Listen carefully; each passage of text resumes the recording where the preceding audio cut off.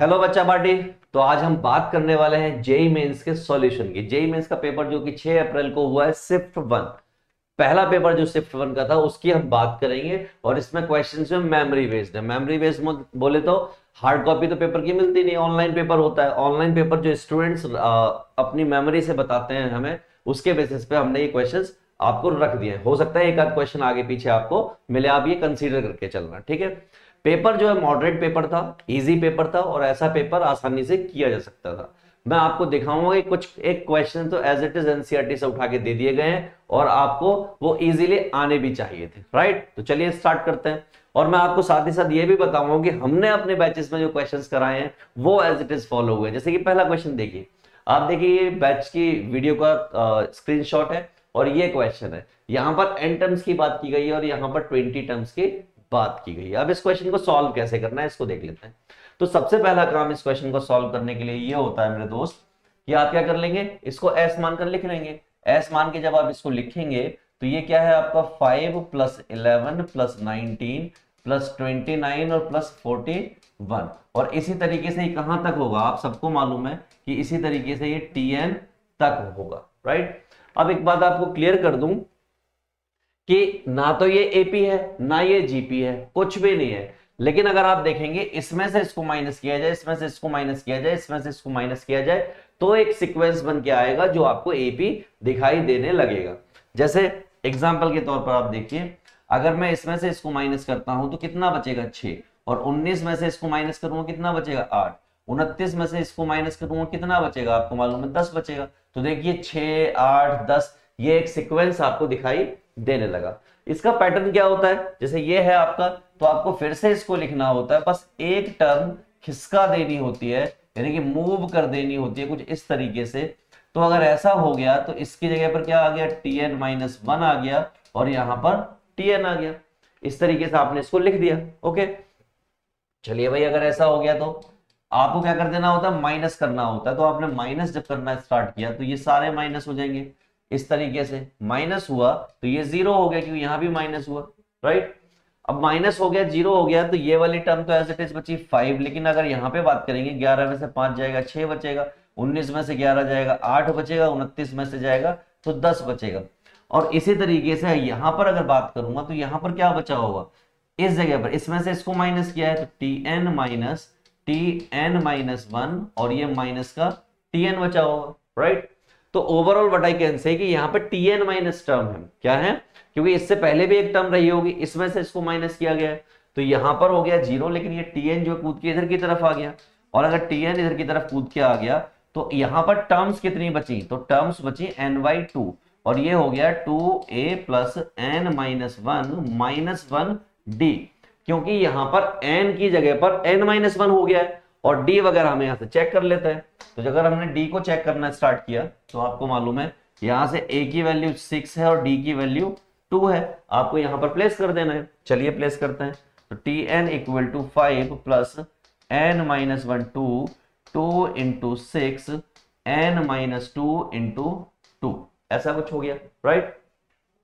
यहां पर चलते हैं, 5 + n-1 / 2, ये 12 हो गया, ये 2n-4 हो गया, और यहां पर थोड़ा सा और बढ़ाया जाएगा इसको, तो tn = खींचते जाओ क्वेश्चन को, लंबा सा खींच देना है। ये 5 हो गया n-1/2, यहां पर बात करोगे तो 2n + 8 हो गया। क्या हो गया, 2n + 8।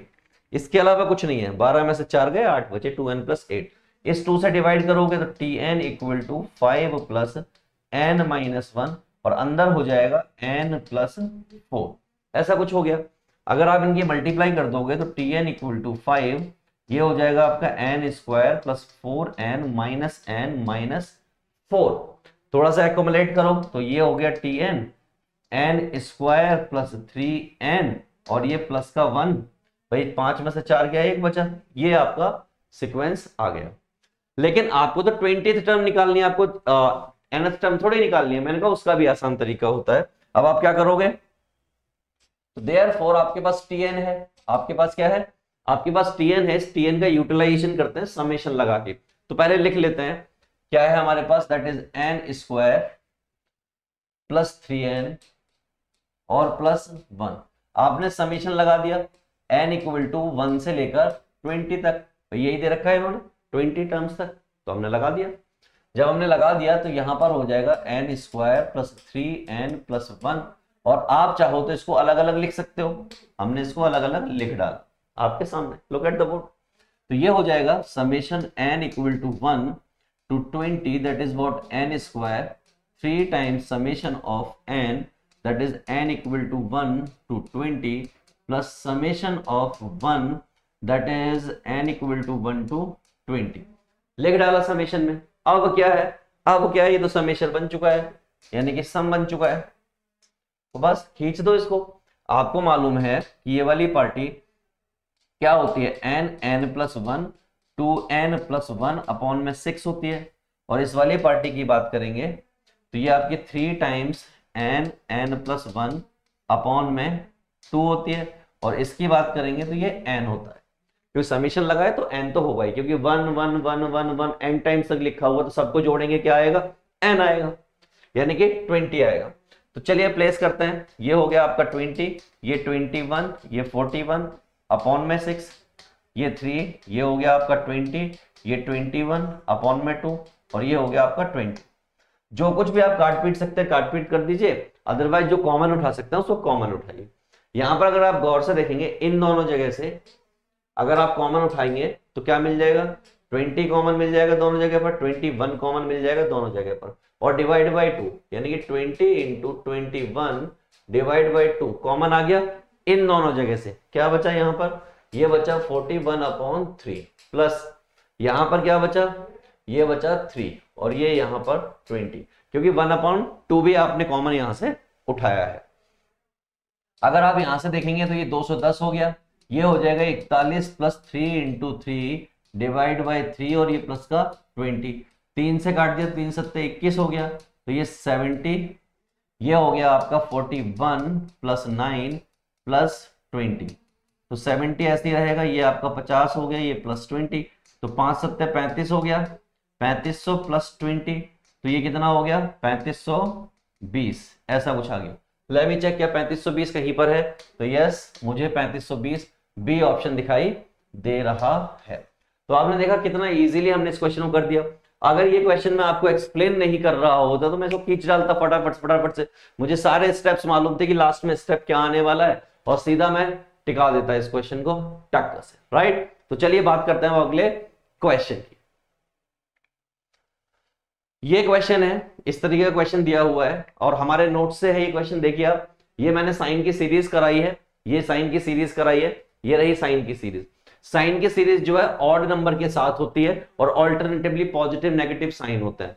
तो अगर मैं इसको देखूं, इस सीरीज को देखूं, और ये साइन की सीरीज को ध्यान से देखूं, तो ये सेम ही बात है, और अगर ये सेम ही बात है तो इसका मतलब क्या है, अगर साइन एक्स की सीरीज जो है x माइनस एक्स की cube upon 3 factorial plus x की power 5 upon 5 factorial minus x की power 7 upon 7 factorial plus plus plus इस तरीके से चल रही है, क्योंकि ऑल्टरनेटिवली नेगेटिव साइन होता है और ऑड टर्म्स में होता है।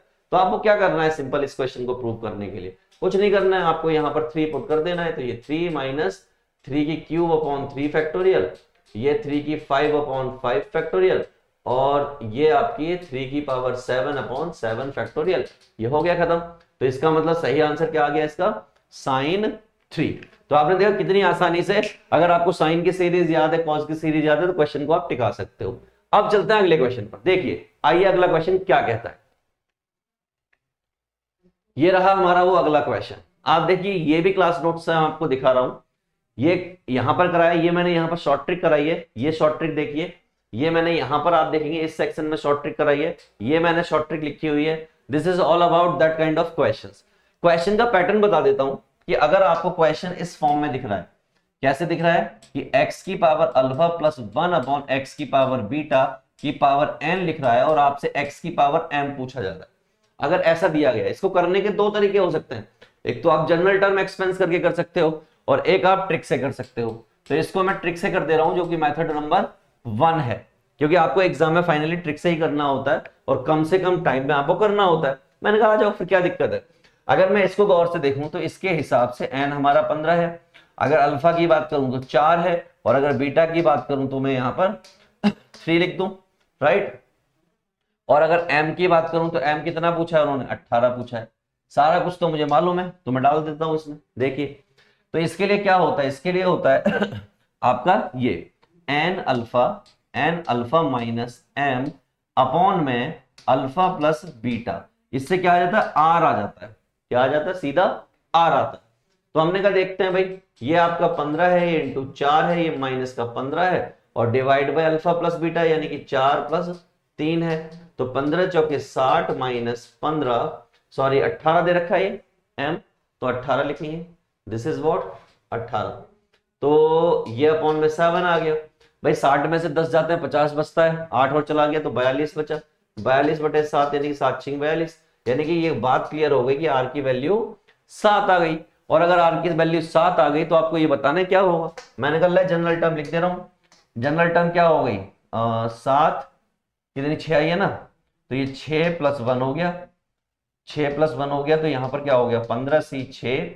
इसको अगर ओपन भी कर देंगे तो x की पावर 4, 15 माइनस 6 और x की पावर माइनस 3, और ये आपका 6 ऐसे।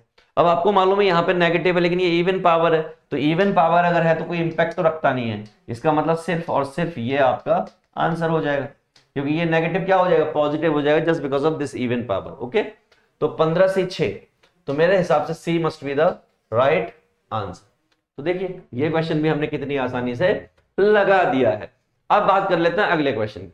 देखिए ये क्वेश्चन लिखा हुआ है। अच्छा, इस क्वेश्चन को करने के दो तरीके हो सकते थे, दूसरा मेथड भी बता दूं आपको। एक मेथड और होता है, एक मेथड ये होता था कि आप क्या कर ले, जनरल टर्म ओपन कर लेते हैं। इसकी जनरल टर्म क्या होती है, जनरल टर्म होती है 15 CR, यही दे रखा है ना 15 CR, और x की पावर 4 15 माइनस r और माइनस x की पावर 3, और नेगेटिव पावर हो गया, ऑफ कोर्स सी बात है, नेगेटिव पावर और ये r। इस तरीके से लिखते हैं आप इसको। और इस तरीके से लिखने के बाद आप क्या करते हैं, 15 CR x की पावर आप 60 माइनस 4r करते, और माइनस 1 की पावर r अलग कर देते, और ये माइनस का 3r अलग कर देते। फिर आप क्या करते, 15 CR करते, माइनस 1 की पावर r, और x की पावर आप कर देते 60 माइनस 4 और 3 7r, और ये आपका tr प्लस 1 था। राइट, क्वेश्चन वाले भैया ने आपसे क्या पूछा था, x 18, तो x 18 को x की पावर 60 माइनस 7r से कंपेयर करते, इससे ये उड़ जाता, तो 18 इक्वल टू 60 माइनस 7r होता, और इसका मतलब 7r इक्वल टू 60 माइनस 18 होता। ठीक, इसका मतलब 7r इक्वल टू 42 होता, 42 होता तो कितना आ जाता, 6 आ जाता। 6 वहां पर भी हमारा आया था। अब हम क्या करते, फाइनली वही करते, क्या करते, इसमें पुट कर देते, तो ये 6 प्लस 1 हो जाता, ये 15 C6 हो जाता, ये माइनस 1 की पावर 6 हो जाता, और x की पावर 60 माइनस 7 इंटू 6, तो फाइनली क्या बचता, ये बचता 15 C6 x की पावर 18, और ये आपका फिर आंसर हो जाता। तो ये आपका फिर से C आ जाता, यानी कि ये आपका है method number 2। Method number 1 short trick, method number 2 इस तरीके से। अब हम इस क्वेश्चन की बात कर रहे थे, ये जो है दो तरीके से किया जा सकता है इस क्वेश्चन को भी। एक तो होता है पहला मेथड, मैं आपको बताऊं, बेगर्स मेथड। क्या होता है, बेगर्स मेथड। अब बेगर्स मेथड क्या होता है, मैं आपको ये लिख दे रहा हूं, बड़ा सिंपल सा तरीका होता है। तो कितना दिया हुआ है उसने, उसने 20 चॉकलेट दिया हुआ है, कितना 20 चॉकलेट, तो फॉर्मूला होता है n प्लस आर सी, या n माइनस आर लिखते हैं, this is what n minus R C p minus 1, ये होता है। ठीक है, n माइनस आर, और r भी नहीं होता यार, n minus 1 C p minus 1, ये होता है बेगर्स मेथड। आप इसको लगा दीजिए, आंसर आ जाएगा। जैसे एग्जांपल के तौर पे अगर मैं बात करूं तो ये कितना है, 20 माइनस 1 सी, कितना चाहिए मुझे, 3 चॉकलेट, 3 स्टूडेंट में डिस्ट्रीब्यूट करना है, तो 3 माइनस 1, 3 माइनस 1 ही है ना, the number of ways distribution 20 chocolate, 3 students are, each of student will get at least 1, कम से कम एक चॉकलेट तो मिलनी चाहिए। तो ये कितना हो गया, 19 सी 2, तो मेरे हिसाब से इसका ये बी आंसर हो जाना चाहिए। अब इसका एक दूसरा मेथड है, उसको देख लेते हैं, उससे क्या होगा उसको भी देख लेते हैं। मेथड नंबर 2, आपको मालूम है कि 3 स्टूडेंट में डिस्ट्रीब्यूट हो रहा है, कितने में हो रहा है, 3 स्टूडेंट में, और क्या हो रहा है, ये 20 चॉकलेट्स डिस्ट्रीब्यूट हो रही है। तो मैंने कहा अगर 3 स्टूडेंट में 20 चॉकलेट, यानी कि एक एक चॉकलेट तो कम से कम मिलनी चाहिए। तो भाई एक मान लीजिए इसको दे दी, एक मान लीजिए इसको दे दी, और एक मान लीजिए इसको दे दी, ऐसे डिस्ट्रीब्यूट हो गया। और अगर ऐसे डिस्ट्रीब्यूट हो गया तो इसका मतलब जो नया वाला बच गया वो ये बचा, कितना बचा, 17 बचा। कितना बचा, 17। तो आपको जो खेल खेलना है 17 पे खेलना है। किस पर, 17 पे वो आपको खेल खेलना है। तो क्या होता है वो खेल, मैं आपको ये भी बड़े आसानी से बता देता हूं। तो वो होता है 17 प्लस 3 माइनस 1, और ये होता है आपका 3 माइनस 1। तो ये कितना हो गया, 17 3 20 यानी कि 19 C2। तो इससे भी वही आंसर आता है जो इससे आता है। तो जो आपको सही लगे आप उसको लगाइए, मेरे हिसाब से बेस्ट मेथड ये है, राइट। चलिए आगे की तरफ बढ़ते हैं और अगला क्वेश्चन डील करते हैं, राइट। तो बच्चा पार्टी अगला क्वेश्चन आप लोगों की स्क्रीन पर ये रहा। क्या कह रहे हैं, the sum of roots of this and this, ऐसे कुछ आपके आंसर। और ये आपके हमारी क्लास का पेड बैच की आपकी क्लास है ये, जिसमें मैंने ये क्वेश्चन कराया हुआ है, लगभग सिमिलर है। ऐसा क्वेश्चन आपको यहां पर देखने को मिल गया। तो मैं इसको दो मेथड से करा सकता हूं। पहला मेथड उठाता हूं मैं। पहला मेथड क्या हो सकता है, ये क्वेश्चन है। तो पहला मेथड जो है वो ये हो सकता है, मेथड नंबर 1, कि मैं क्या कर लूं कि x square minus 8x plus 15 minus 2x plus 7 equal to 0, ये मेरी इक्वेशन है। अगर मेरी ये इक्वेशन है तो यहां से दो कंडीशन बन सकती हैं। पहली कंडीशन ये बन सकती है कि ये वाली चीज जो है, यानी X square minus 8x plus 15 greater than equal to 0 open हो, और X square minus 8x plus 15 less than 0 open हो। दो ही बातें होंगी, या तो पॉजिटिव मॉड ओपन होगा या फिर नेगेटिव मॉड ओपन होगा, इसके अलावा कुछ और हो नहीं सकता। ठीक है, कुछ हो नहीं सकता। तो मैंने कहा ठीक है, अगर मैं इसको देखूं तो एक्स स्क्वायर ये 8 है, 15 के टुकड़े, 5 और 3 8 होता है। तो ये 5x हो गया, माइनस का 3x हो गया, प्लस का 15 हो गया, ग्रेटर देन इक्वल टू 0 हो गया। इसका मतलब यहां से x माइनस 5 हो गया, माइनस 3x माइनस 5 हो गया, ग्रेटर देन इक्वल टू 0 हो गया। अगर ये कंडीशन है तो इसका मतलब मैं ये कह सकता हूं कि भाई साहब x माइनस 3 और x माइनस 5 ये आपकी चीजें आ गई। इसका मतलब ये हुआ कि यहां पर कहीं 3 रहा होगा, यहां पर कहीं 5 रहा होगा, और इसने कहा कि x की वैल्यू 5 से बड़ी है और 3 से छोटी है। इसने ऐसा कह दिया जब हमने इसको पॉजिटिव लिया। और अगर मैंने इसको क्या कह रहा हूं, केस 1 कह रहा हूं, ठीक है, केस 1, और इसको क्या कह दे रहा हूं, केस 2। तो अभी हम केस 1 ही डिस्कस कर रहे हैं, केस 2 की बात नहीं कर रहे हैं। तो अगर ऐसा हो गया, यानी कि x square minus 8x plus 15 greater than equal to 0 ले लिया, तो देयरफॉर ये हमारा x square minus 8x plus 15 positive आ गया। क्या आ गया, पॉजिटिव आ गया। और ये माइनस का 2x प्लस 7 इक्वल टू 0 हो गया। कंडीशन आपके सामने ये पड़ी हुई है। अब मैं इसको सिंप्लीफाई कर रहा हूं। सिंप्लीफाई जब मैंने खींचा इसको, तो एक्स स्क्वायर माइनस 10x, और ये हो गया आपका 22 इक्वल टू 0, राइट। अब यहां से टुकड़े टुकड़े करने का क्या तरीका है भाई, क्या तरीका हो सकता है। तो टुकड़े टुकड़े करने का ज्यादा तरीका ये हो सकता है कि आप धराचार्य लगा दो। तो प्लस माइनस यहां पर क्या हो जाएगा, बी स्क्वायर यानी 100 प्लस माइनस 4ac होता है तो ये 88 हो जाएगा। This is what, 88। This is 88 divide by कितना, 2। अगर ऐसा हो गया मेरे दोस्त, तो ये हो जाएगा आपका 10 प्लस माइनस 12 क्या हो जाएगा, 2√3 डिवाइड बाई 2, यानी कि 5 प्लस √3 प्लस माइनस ऐसा कुछ आ गया। अब दिक्कत क्या है यहाँ पर, दिक्कत ये है कि ये x की वैल्यू तो आई है, x की वैल्यू आई है, इसमें कोई संख्या या लघु संख्या है ही नहीं। प्रॉब्लम क्या है, प्रॉब्लम ये है कि x की वैल्यू 3 और 5 के बीच में नहीं है, या तो 3 से छोटी होगी या 5 से बड़ी होगी। अगर मैं इसको गौर से देखूं, 5 प्लस √3 और 5 माइनस √3, ये दो कंडीशन है, ठीक। तो 5 प्लस √3 जो है, ये जो है 5 से बड़ा है, ये क्या है, ग्रेटर देन 5 है। इसका मतलब ये तो एडजस्ट कर जाएगी। लेकिन अगर इसको देखूं तो 5 में से 1.73 माइनस किया, 5 में से 1.73 माइनस किया तो 3 से छोटा नहीं आया।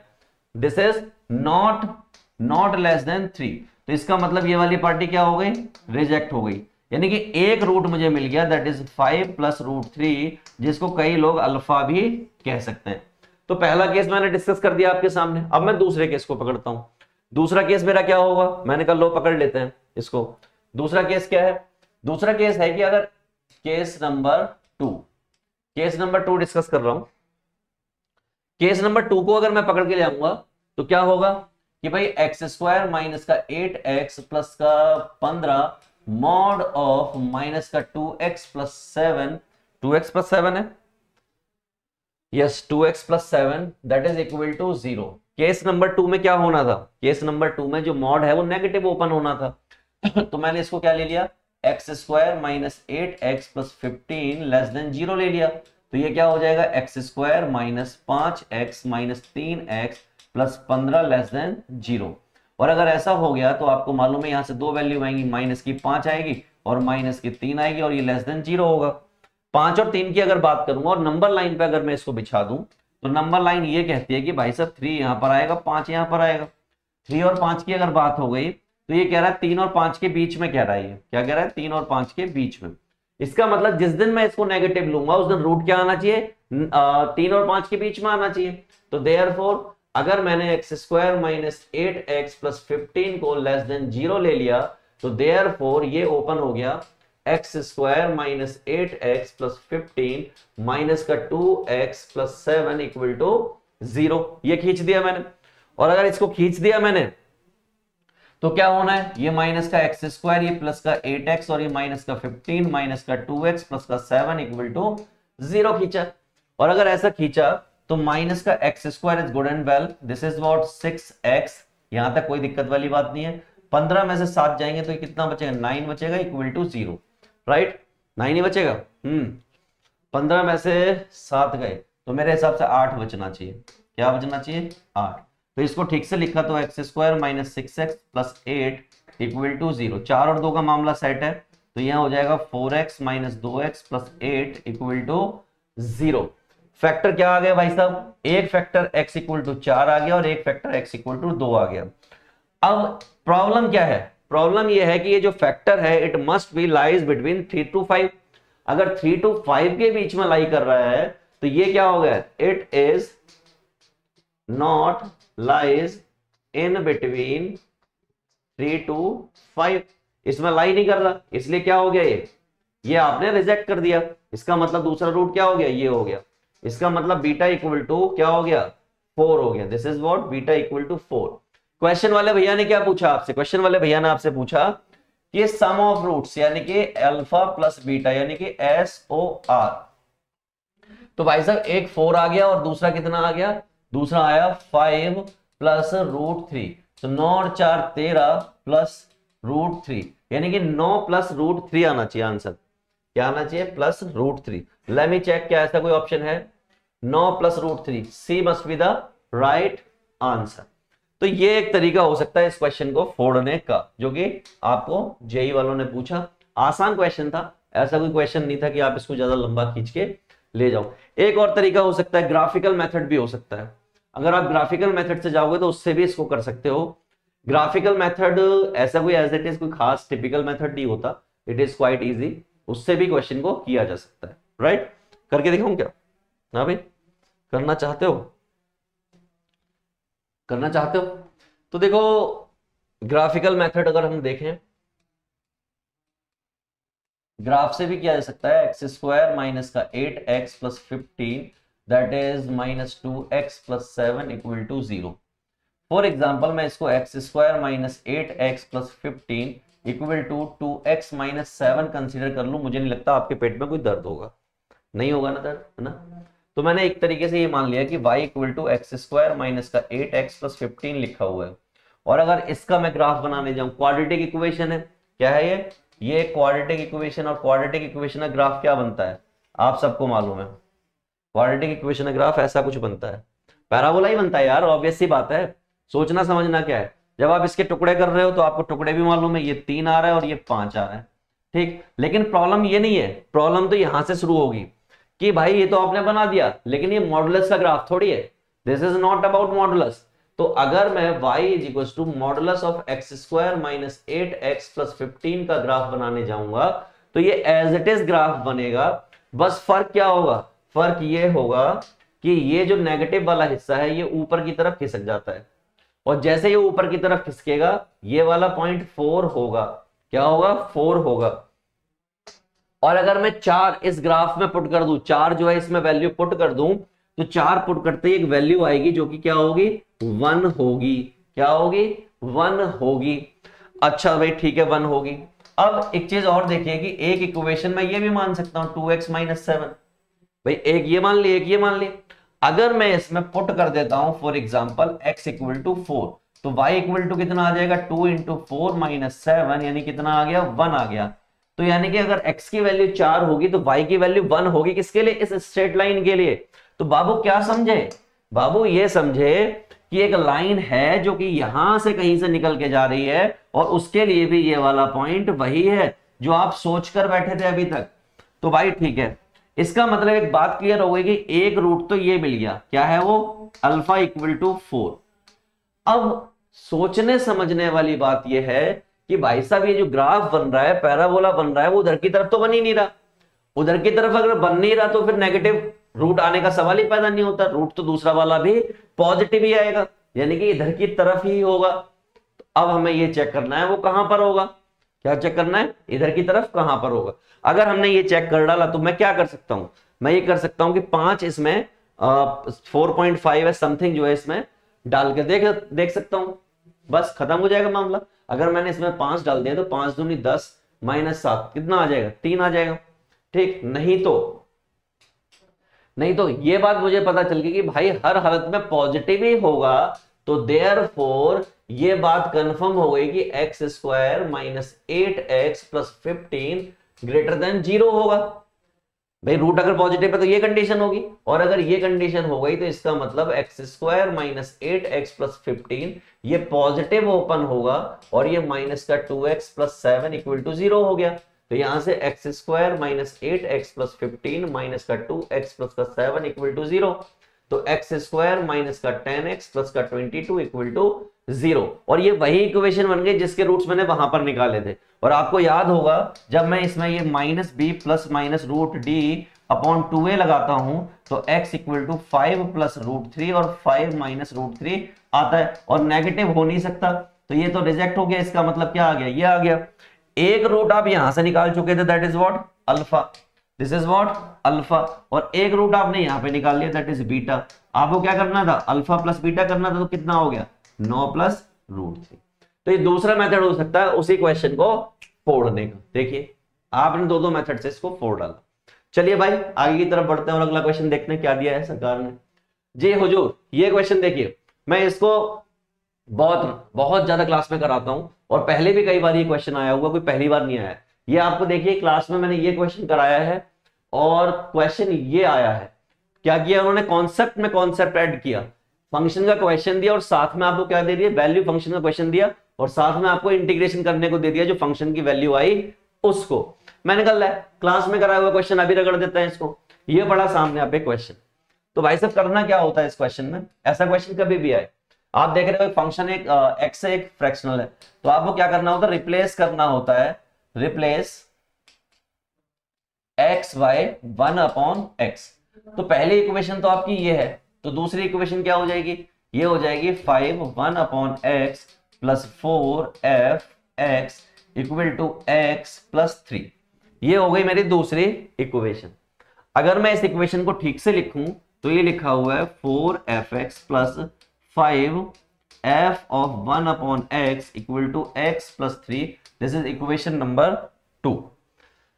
मुझे f(1/x) चाहिए ही नहीं, यानी कि मुझे उसको कट करना है। मुझे क्या चाहिए, मुझे तो सिर्फ fx चाहिए, तो मुझे उसे कट करने का इंतजाम करना है। और कट कैसे हो सकता है, जब उसके आगे जो कांस्टेंट बैठा है वो सिमिलर वैल्यू रखने लगे दोनों में। तो मैंने नोटिस किया कि यहां पर ये 4 लेके बैठा हुआ है जबकि यहां पर ये 5 लेके बैठा हुआ है। इसका मतलब 5 से इसको मल्टीप्लाई कर दूं और 4 से इसको मल्टीप्लाई कर दूं। तो देयरफॉर ये क्या हो जाएगा, जब मैंने उस इक्वेशन को 5 से मल्टीप्लाई किया तो ये हो गया 25f(x) + 20f(1/x) और ये हो गया 5/x + 15। ये हो गई पहली इक्वेशन। अब दूसरी इक्वेशन को ठसक देते हैं।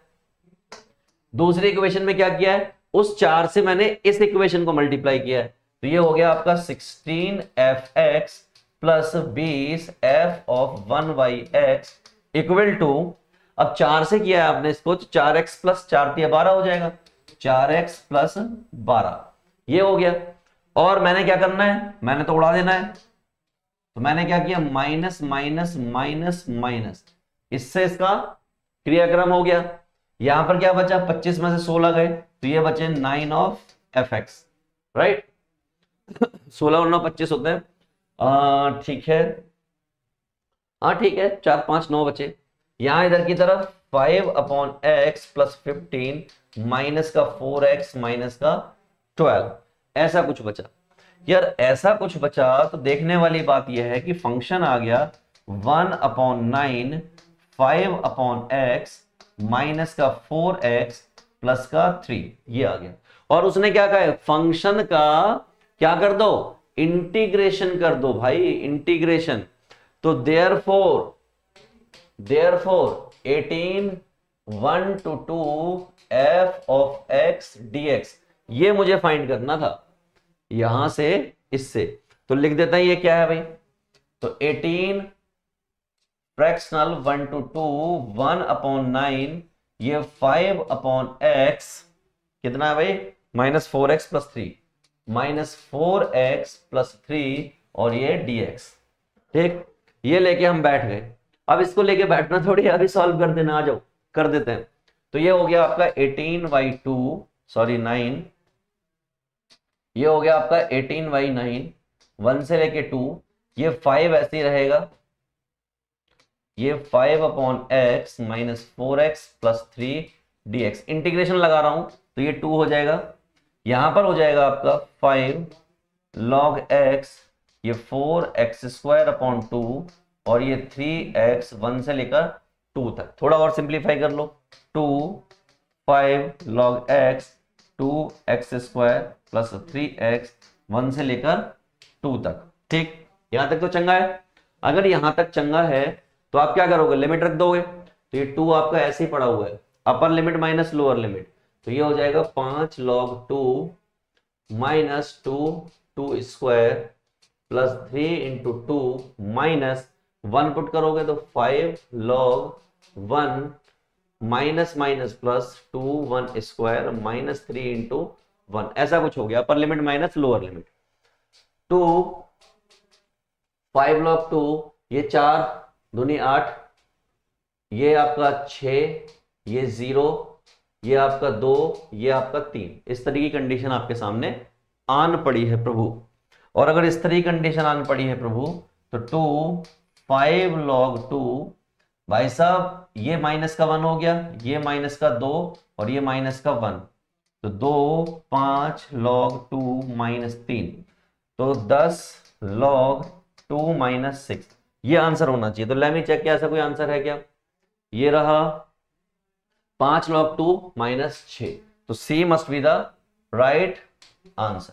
लो हो गया ये क्वेश्चन भी, ऐसे करने थे भाई क्वेश्चन। अगले पर चलें, नेक्स्ट देख लेते हैं क्या है भाई साहब।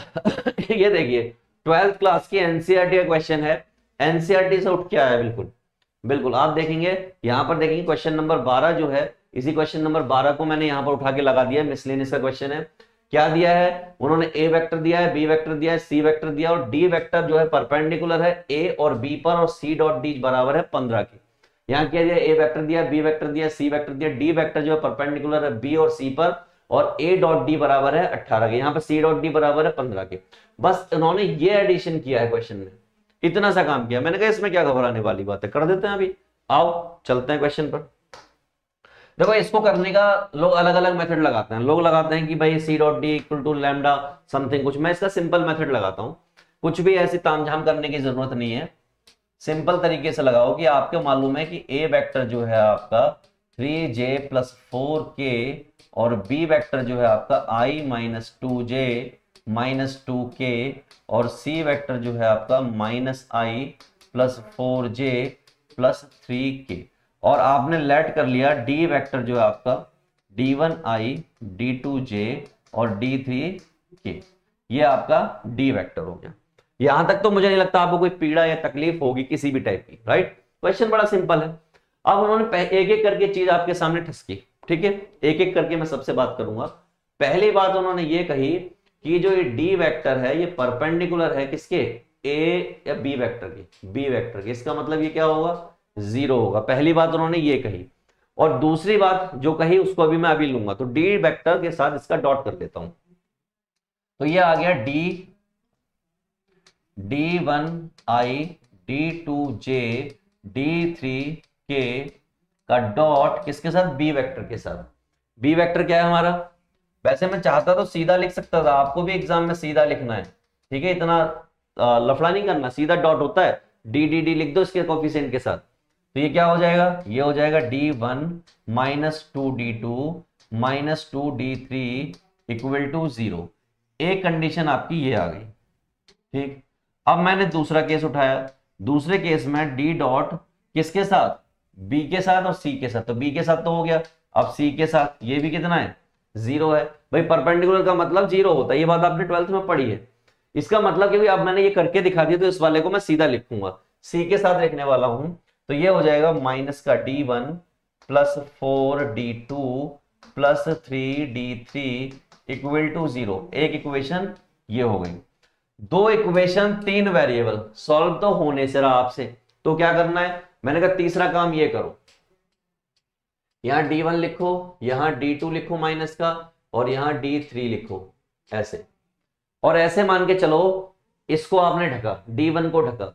जब आपने D1 को ढका तो 3 दूनी 6 हो जाएगा माइनस का, और 4 दूनी 8 हो जाएगा, तो ये प्लस का 8 हो गया। फिर जब मैंने इसको ढका D2 वाले को ढका तो 3 हो गया, और माइनस माइनस ये इधर, तो ये हो गया माइनस का 2, ठीक। अब मैंने D3 ढका तो ये 4 हो गया, और इससे इधर की तरफ गए, इसको ढक रखा है, ये माइनस का 2 हो गया। इक्वल टू आपने क्या मान लिया, इसको मान लीजिए लैम्डा मान लिया, सपोज दैट लैम्डा है, ठीक है। मैंने कहा चलो अगर ऐसा हो गया तो मुझे मालूम है कि D1 के अपॉन में प्लस का 2 लिखा हुआ है, माइनस के D2 के अपॉन में 1 लिखा हुआ है, और ये आपका D3 के अपॉन में 2 लिखा हुआ है, और ये लैम्डा लिखा हुआ है। इसका मतलब D1 इक्वल टू आ गया 2 लैम्डा, D2 इक्वल टू आ गया माइनस का लैम्डा, और D3 इक्वल टू आ गया 2 लैम्डा। ये वैल्यूज आपकी आ गई। खेल यहीं पे खत्म नहीं हुआ, अभी तो खेल और चलना है। आगे उन्होंने कहा कि भाई A डॉट डी किसके बराबर है, 18 के बराबर है। मैंने कर लिया चलो करते हैं। तो तीसरी के बाद चौथी बात उन्होंने कहा कि A dot D that is equal to 18। तो A के साथ D1 जब बढ़ाऊंगा मैं तो ये क्या हो जाएगा, 2D1 plus 3D2 plus 4D3 equal to 18। और D1 D2 D3 की वैल्यू हमें मालूम है लैम्डा की फॉर्म में। तो यानी कि अगला काम क्या हो गया, यानी पांचवा काम ये हो गया कि मैं क्या कर दूं, वैल्यू रख दूं 2D1 that is what 2 lambda. तो 2 into 2 lambda plus 3D2 minus का लैम्डा, तो माइनस के 3 लैम्डा, तो ये हो गया माइनस के 3 लैम्डा। यहां पर क्या करेंगे, 4 है और ये 4 दूनी 8 लैम्डा, 8 लैम्डा इक्वल टू 18। तो ये हो गया आपका 4 lambda minus 3 lambda plus 8 lambda equal to 18। ये हो गया आपका 1 लैम्डा, ये आपका 8 लैम्डा इक्वल टू 18। ये हो गया 9 लैम्डा इक्वल टू 18, यानी लैम्डा इक्वल टू कितना आ गया, 2 आ गया। और अगर लैम्डा इक्वल टू 2 आ गया, लैम्डा इक्वल टू 2 आ गया, तो देयरफॉर आपको D1 मालूम है। D1 कितना मालूम है, D1 है क्वेश्चन में मालूम है, देखो D1 कितना है 2 लैम्डा, तो ये है 2 लैम्डा। D2 कितना मालूम है, माइनस का लैम्डा, और D3 कितना मालूम है 2 लैम्डा। मैंने वैल्यू रख दी, तो इसका मतलब D1 की वैल्यू 4 आ गई, D2 की वैल्यू -2 आ गई, और D3 की वैल्यू जो है आपकी 4 आ गई। इसका मतलब मुझे यह पता चल गया कि जो आपका D वेक्टर जो है वो 4i minus 2j plus 4k है, ये मुझे पता चल गया। अब क्वेश्चन वाले भाई ने क्या कहा, क्वेश्चन वाले भाई ये कह रहे हैं कि A क्रॉस B निकालो। मैंने कहा अच्छा A क्रॉस B निकालना है, ये A क्रॉस B नहीं होगा, ये A क्रॉस D होगा। क्या होगा, A क्रॉस D होगा, क्योंकि ए और बी तो मुझे पहले से ही पता थे, अगर ये निकालने होते तो मैं पहले से निकाल देता। तो ए क्रॉस डी होगा ये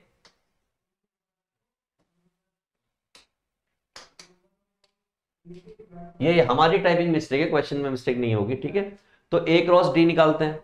तो ए क्रॉस डी अगर निकालना है तो उसके लिए क्या करना पड़ता है, आई करना पड़ता है, जे करना पड़ता है, के करना पड़ता है। ए क्या है आपका 2 3 4, तो आपने रख दिया 2 3 4, और ये आपका कितना है 4 - 2 4। सॉल्व करना स्टार्ट किया मैंने इसको, तो ये आई आ गया, इसको और इसको हाइट के 4 × 12, 4 दूनी 8, माइनस का जे, ऐसे इसको हाइट किया 4 दूनी 8, 4 चौक 16, ठीक, और प्लस का के, इसको हाइट किया तो माइनस का 4 किया और 4 दिया 12, ऐसा कुछ हो गया। तो 12 8 20 आई, यहाँ 8 बचा तो ये प्लस का 8 जे हो गया, और 12 और 4 16, तो ये हो गया 16 के। ये आ गया आपका ए क्रॉस बी। अगर मुझसे कहे कि ए क्रॉस बी का मॉड भी निकाल दो, तो मॉड क्या होता है, ये आपका 400 हो जाएगा, ये आपका 64 हो जाएगा, ये 256 हो जाएगा। जोड़ लेते हैं एक बार, 400 256 64, 6 4 10 का 0 1 5 6 5 11 और 1 12 का 2 1 4 और 2 6 और 1 7, 720 कितना आ रहा है 720। 720 जैसा कोई ऑप्शन है तो है, तो वही 720। तो ए क्रॉस बी का क्या कर दिया, स्क्वायर कर दिया, तो ये क्या हो गया 720, और 720 कौन सा ऑप्शन है, मेरे हिसाब से ए ऑप्शन है। तो A must be the right answer. इस तरीके से आपको इस क्वेश्चन को टिका देना, राइट। चलिए आगे बढ़ते हैं अगले क्वेश्चन की तरफ। ऐसा कुछ क्वेश्चन दे रखा है, ये आपके 3D का क्वेश्चन है, चैप्टर वेक्टर वाला होता है आपका 12th क्लास में, और उसके बाद 3D वाला जो क्वेश्चन होता है वो क्वेश्चन है। क्वेश्चन इजी है, क्वेश्चन में कुछ नहीं है। क्वेश्चन क्या कहा है, क्वेश्चन में कहा है कि एक प्लेन है, तो मान लीजिए मैंने ऐसे कोई प्लेन मान लिया, ऐसे कोई प्लेन है मेरा, ठीक है। इस प्लेन पर ऊपर कोई पॉइंट है, यहां मान लेते हैं कोई P पॉइंट है, दैट इज 1, 2, 3, और ये हमें नहीं मालूम तो इसको मैंने मिड पॉइंट कह दिया, और ऐसे ही नीचे तक गया, इमेज बन रही है इसकी, तो Q पॉइंट है। Q पॉइंट मुझे नहीं मालूम तो मैंने उसको क्या कह दिया, अल्फा बीटा गामा कह दिया। यूजुअली अल्फा बीटा गामा ही मान लेते हैं लोग। इस प्लेन की इक्वेशन मालूम है, इस प्लेन की इक्वेशन क्या है, 2x - y + 3z = 2, राइट। यहां तक तो हो गई सारी कहानी। अब उन्होंने एक बात और कही, then the area of the triangle PQR where coordinate R is, कह रहा PQR का एरिया, P ये रहा, Q ये रहा, तो इसका मतलब R जो है या तो उधर की तरफ होगा, इधर की तरफ होगा। तो मैं कहीं भी बना देता हूं, मान लीजिए मैंने R ऐसे बना दिया, ठीक है, ये मेरा R हो गया, जो कि मुझे दे रखा है 4 10 12, ऐसे दे रखा है। मुझे ये एरिया निकालना है, जो ट्राइंगल PQR बन रहा है उसका एरिया मुझे निकालना पड़ेगा। अब उससे पहले मुझे बहुत सारे काम करने पड़ेंगे, बहुत सारा काम किया, मुझे ये वाला पॉइंट निकालना है। इस पॉइंट को निकालने का एक तरीका होता है, और वो तरीका ये होता है कि आप अल्फा -1 करें, बीटा -2 करें, और गामा -3 करें। क्या किया आपने, आपने दिस माइनस दिस किया, दिस माइनस दिस किया, और दिस माइनस दिस किया, और अपॉन में इस प्लेन के पॉइंट रखें, तो ये 2 हो गया, ये -1 हो गया, और ये आपका 3 हो गया, और इक्वल टू में ये -2 के बराबर होता है। और बराबर में क्या होता है, बराबर में कुछ ऐसे होता है कि 2x1 -y1 + 3z1 और -2 अपॉन में स्क्वायर होता है। क्या होता है, 2 का स्क्वायर -1 का स्क्वायर और 3 का स्क्वायर, ये कुछ ऐसे होता है, ठीक, राइट। तो अब आपको क्या करना होता है, इसमें पॉइंट रख देना होता है, तो यही पॉइंट मैं रख दे रहा हूं यहां पर। तो ये हो गया आपका अल्फा -1/2, बीटा -2/-1 और गामा -3/3 -2। यहां से क्या आ जाएगा, 2 × 1 और -2 और 3 × 3 -2, ये 4 + 1 + 9, इस तरीके से आ गया। सॉल्व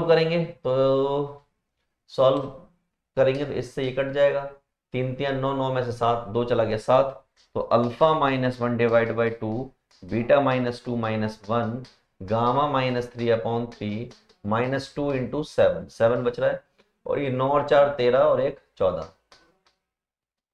हिसाब किताब बराबर, पूरा पूरा हिसाब किताब बराबर हो गया। इसका मतलब मैं ये कह सकता हूं कि alpha minus 1/2 that is equal to -1, beta minus 2 minus 1 equal to -1, और गामा माइनस 3/3 -1।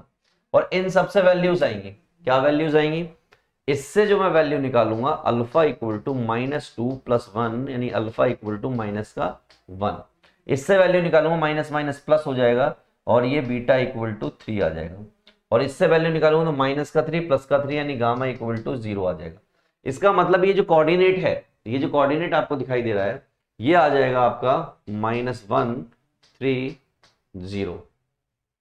इस तरीके से आपको आपका कोऑर्डिनेट मिल जाएगा, आसानी से मिल गया भाई कोई कोऑर्डिनेट। अब आप क्या करेंगे भाई, तीनों कोऑर्डिनेट मिल गए तो इसका मतलब आपको एक ट्राइंगल सा मिल गया। क्या मिल गया? ट्राइंगल सा मिल गया। तो मैं आपके सामने ट्राइंगल बना दे रहा हूं, ऐसे कुछ ट्राइंगल बन गया, मान लीजिए पी मान लीजिए। तो पी के मुझे पॉइंट दे ही रखे थे 1, 2, 3। ये मान लीजिए क्यू है, क्यू का पॉइंट -1, 3, 0 आ गया। और आर मुझे 4, 10 समथिंग कुछ दे रखा है, 4, 10, 12 दे रखा है, ठीक है। अब इसका मुझे एरिया निकालना है। क्या निकालना है? एरिया। अब एरिया निकालने के लिए आपको वेक्टर फॉर्म लगानी पड़ेगी, क्योंकि पॉइंट से तो निकलेगा नहीं, एरिया कोई फॉर्मूला नहीं बन रहा, कुछ नहीं बन रहा। तो आप क्या कर सकते हो? आप ये कर सकते हो कि आप पी क्यू वैक्टर बना लो, यहां से पी क्यू वैक्टर, और आप क्यू आर वैक्टर बना लो। ऐसे कर लीजिए आप, चाहे तो आपकी इच्छा है, आप पी क्यू वैक्टर कर लीजिए और पी आर वैक्टर कर लीजिए, जो आपको सही लगे। तो मैं पी आर कर लेता हूं, पी क्यू और पी आर वैक्टर, ठीक। पी क्यू वैक्टर बनाने के लिए क्या करना पड़ेगा? इसमें से इसको माइनस करना पड़ेगा, दिस माइनस दिस, तो ये हो गया माइनस का 2i, 3 - 2 यानी कि सिर्फ j, और 0 - 3, 0 - 3 यानी माइनस का 3k, -1 -1 3 - 2 0 - 3, इस तरीके से हो गया। यहां पर बात करेंगे पी आर वैक्टर बनाने के लिए, तो पी आर वैक्टर मतलब इसमें से माइनस करना, तो 4 में से 1 गया दैट इज 3i, 10 में से 2 गए 8j, और 12 में से 3 गए तो 9k। ये आपका पी आर वैक्टर आ गया। अब आपको एरिया निकालना है। एरिया का फॉर्मूला क्या होता है भैया? एरिया किसका? एरिया पी क्यू आर का, वो होता है हाफ ऑफ, ये जो आपने निकाला है P Q cross P R, ये आपका फॉर्मूला होता है। तो ये आपका हाफ ऐसे रहने दो, ये आई हो गया, ये जे हो गया, और ये के हो गया। यहां चले आप तो प्लेस कर दीजिए -2 1 -3 3 8 9, इस तरीके से आपने पुट कर दिया। सॉल्व करने गए तो दैट इज हाफ ऑफ, ये हो जाएगा आई, इसको हाइड किया 9 और 8 दिया 24, माइनस जे, इसको और इसको हाइड किया तो माइनस का 18 और प्लस का 9, 3 3 9, माइनस और माइनस प्लस, प्लस का के, तो इसको हाइड किया 8 दूनी 16 और माइनस का 3, और ये ब्रैकेट क्लोज, ठीक। तो ये हाफ ऐसे ही रहेगा। अच्छा आपको एक बात और बता दूं, यहाँ पे मॉड लगा हुआ है। क्या लगा हुआ? मॉड लगा होता है, ठीक है, मॉडुलस करना होता है, ठीक है। तो 24 और 9, तो ये हो गया 4 9 4 13 33 आई, प्लस का 9 जे, और 16 और 3 19, माइनस का 19 के, ऐसा कुछ हो गया। इसका मतलब होता है आपको ये करना। तो 33 का स्क्वायर आपको आता होगा क्या? नहीं आता, तो देख लो 33 का स्क्वायर अगर निकालना है तो 3 का स्क्वायर 9 होता है, 3 का स्क्वायर 9 होता है, 3 3 9, 9 दूनी 18, 8 यहां लिख दीजिए, 1 यहां लिख दीजिए, तो 9 8 10, ये हो गया 1089, और ये हो गया 9 9 81। 19 का अगर आता है तो बहुत अच्छी बात है, नहीं आता है तो देखिए यहाँ पे 1 का 1 होता है, 9 का 81 होता है, 1 9 9, 9 दूनी 18, तो 8 यहां लिख दीजिए, 1 छोड़ के लिखना होता है, 8 यहां लिख दीजिए, 9 1 9 दूनी 18, और 1 यहां लिख दीजिए, तो 1 8 और 8 16 का 6 1, और ये 361। सबको जोड़ देते हैं, जोड़ के भी आंसर दे देते हैं। तो मैं इसको नहीं मिटा रहा हूं क्योंकि मैंने आपको जो ये स्क्वायर करने की ट्रिक बताई है इसका यूज करके आप काम कर लेना। तो लगभग देख लेते हैं किसके आसपास आएगा। That is half of root, यहां पे कर लेता हूं 1089 और 81 और 61, 9 और 1 10 और 11 का 1, 8 और 8 16, 16 और 6, 16 और 6 की बात करें 22 और 1 23, 23 का 3 2 और ये 5, 1531। तो ये आ गया हमारा half of 1531 square unit. Let me check क्या ऐसा कोई आंसर है। 1531 divide by 2, A must be the right answer. तो ए पूरी तरीके से सही आंसर है, इसका इस्तेमाल आप कर सकते हैं। चलें आगे की तरफ। चलो अगला क्वेश्चन खींच देते हैं फटाफट से।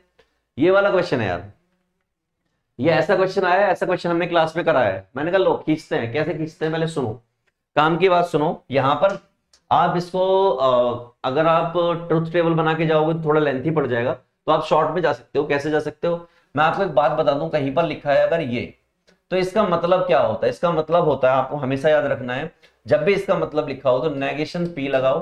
क्या लगाओ, नेगेशन पी लगाओ। और ये वाला साइन यूनियन में कन्वर्ट होता है। किस में कन्वर्ट होता है, यूनियन में। तो ये क्या हो गया, यूनियन, यूनियन और क्यू, ऐसे आप इसको लिख सकते हो।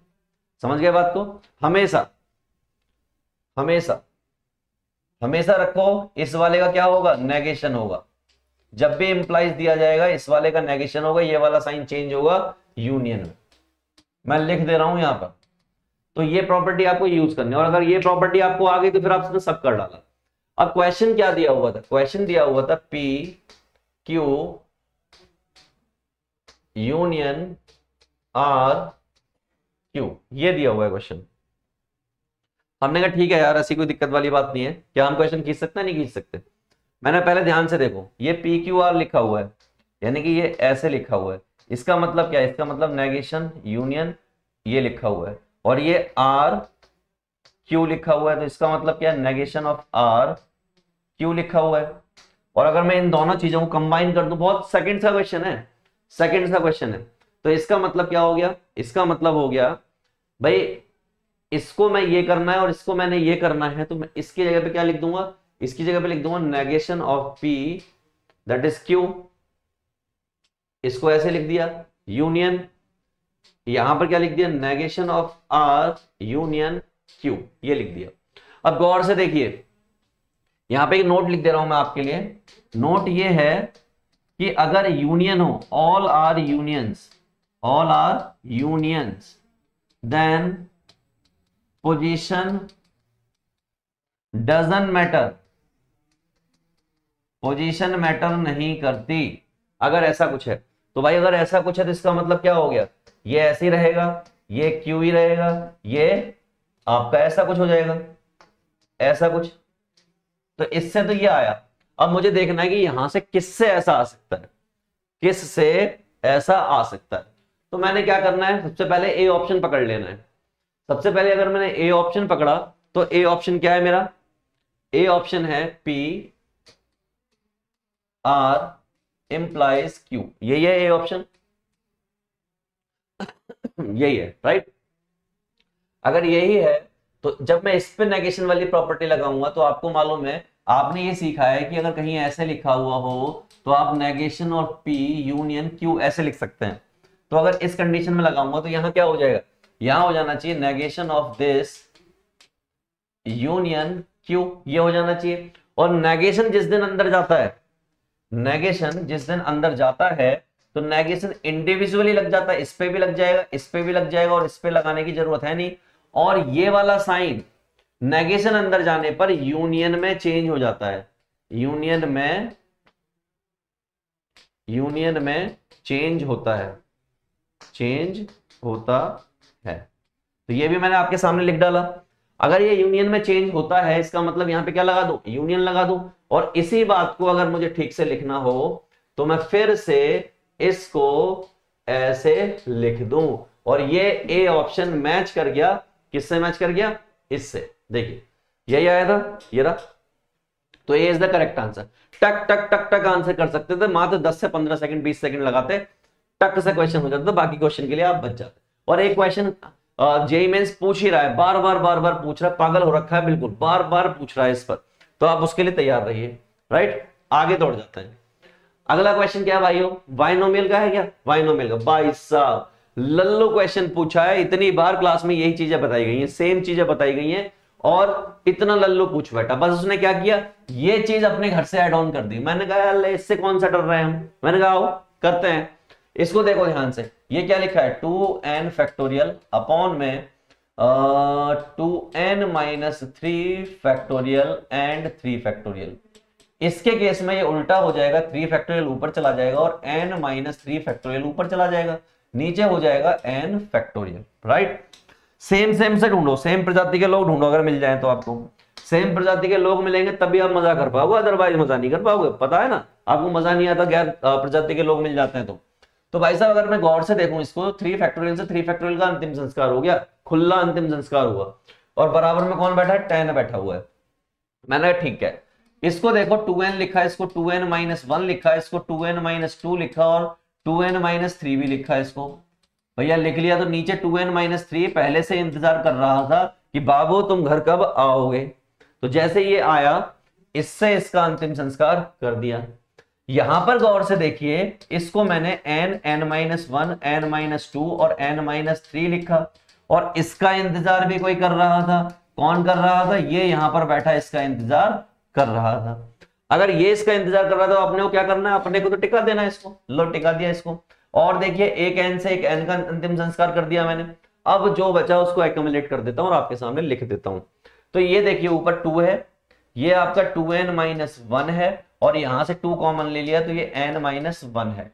ऊपर और कुछ नहीं बचा हुआ है। नीचे की पार्टी यहां पर n माइनस 1 है, और ये आपका n माइनस 2 है, और इक्वल टू में 10 है। कुछ काटा पीटी कर ले, देखिए n माइनस 1 से n माइनस 1 चला गया। अब जो बचा वो आपके सामने पड़ा हुआ है। राइट, तो उठा के ठसक दो इसको, तो ये हो गया हमारा 4 2n माइनस 1 अपॉन में n माइनस 2 इक्वल टू 10, तो 8n माइनस 4 और ये 10n माइनस 2। भैया गधे और घोड़े एक तरफ करो, गधे घोड़े एक तरफ किए तो माइनस 2 प्लस 4 हो गया, यहां से माइनस का 2n आ गया, यहाँ पे प्लस का 2 आ गया। आई आई आई आई आई तो पकड़ो पकड़ो पकड़ो पकड़ो, n की वैल्यू नेगेटिव तो नहीं आनी चाहिए, चाहे कुछ भी हो जाए, n की वैल्यू नेगेटिव नहीं आनी चाहिए। इधर की तरफ आया 8n माइनस 4 और ये 10n माइनस 20, ये 20 होगा। ठीक है, यहाँ गड़बड़ थी, तो ये कितना है, माइनस का 20 और प्लस 4, तो यहां से आ गया माइनस का 2n और यहां से आ गया माइनस का 16, इससे ही कट गया, तो n इक्वल टू आ गया 8। और अगर n की वैल्यू 8 आ गई तो आपको यहाँ पर ठसक देनी है। भैया ठसको देखो क्या होता है। तो therefore n square plus 3n upon of n square minus 3n, n square minus 3n plus 4, n equal to 8 को ठसक दो। जब भाई n इक्वल टू 8 ठसका जाएगा तो यहां पर 64 हो जाएगा और 8 तिया 24 हो जाएगा, यहाँ 64 हो जाएगा, 8 तिया 24 हो जाएगा, प्लस 4 हो जाएगा।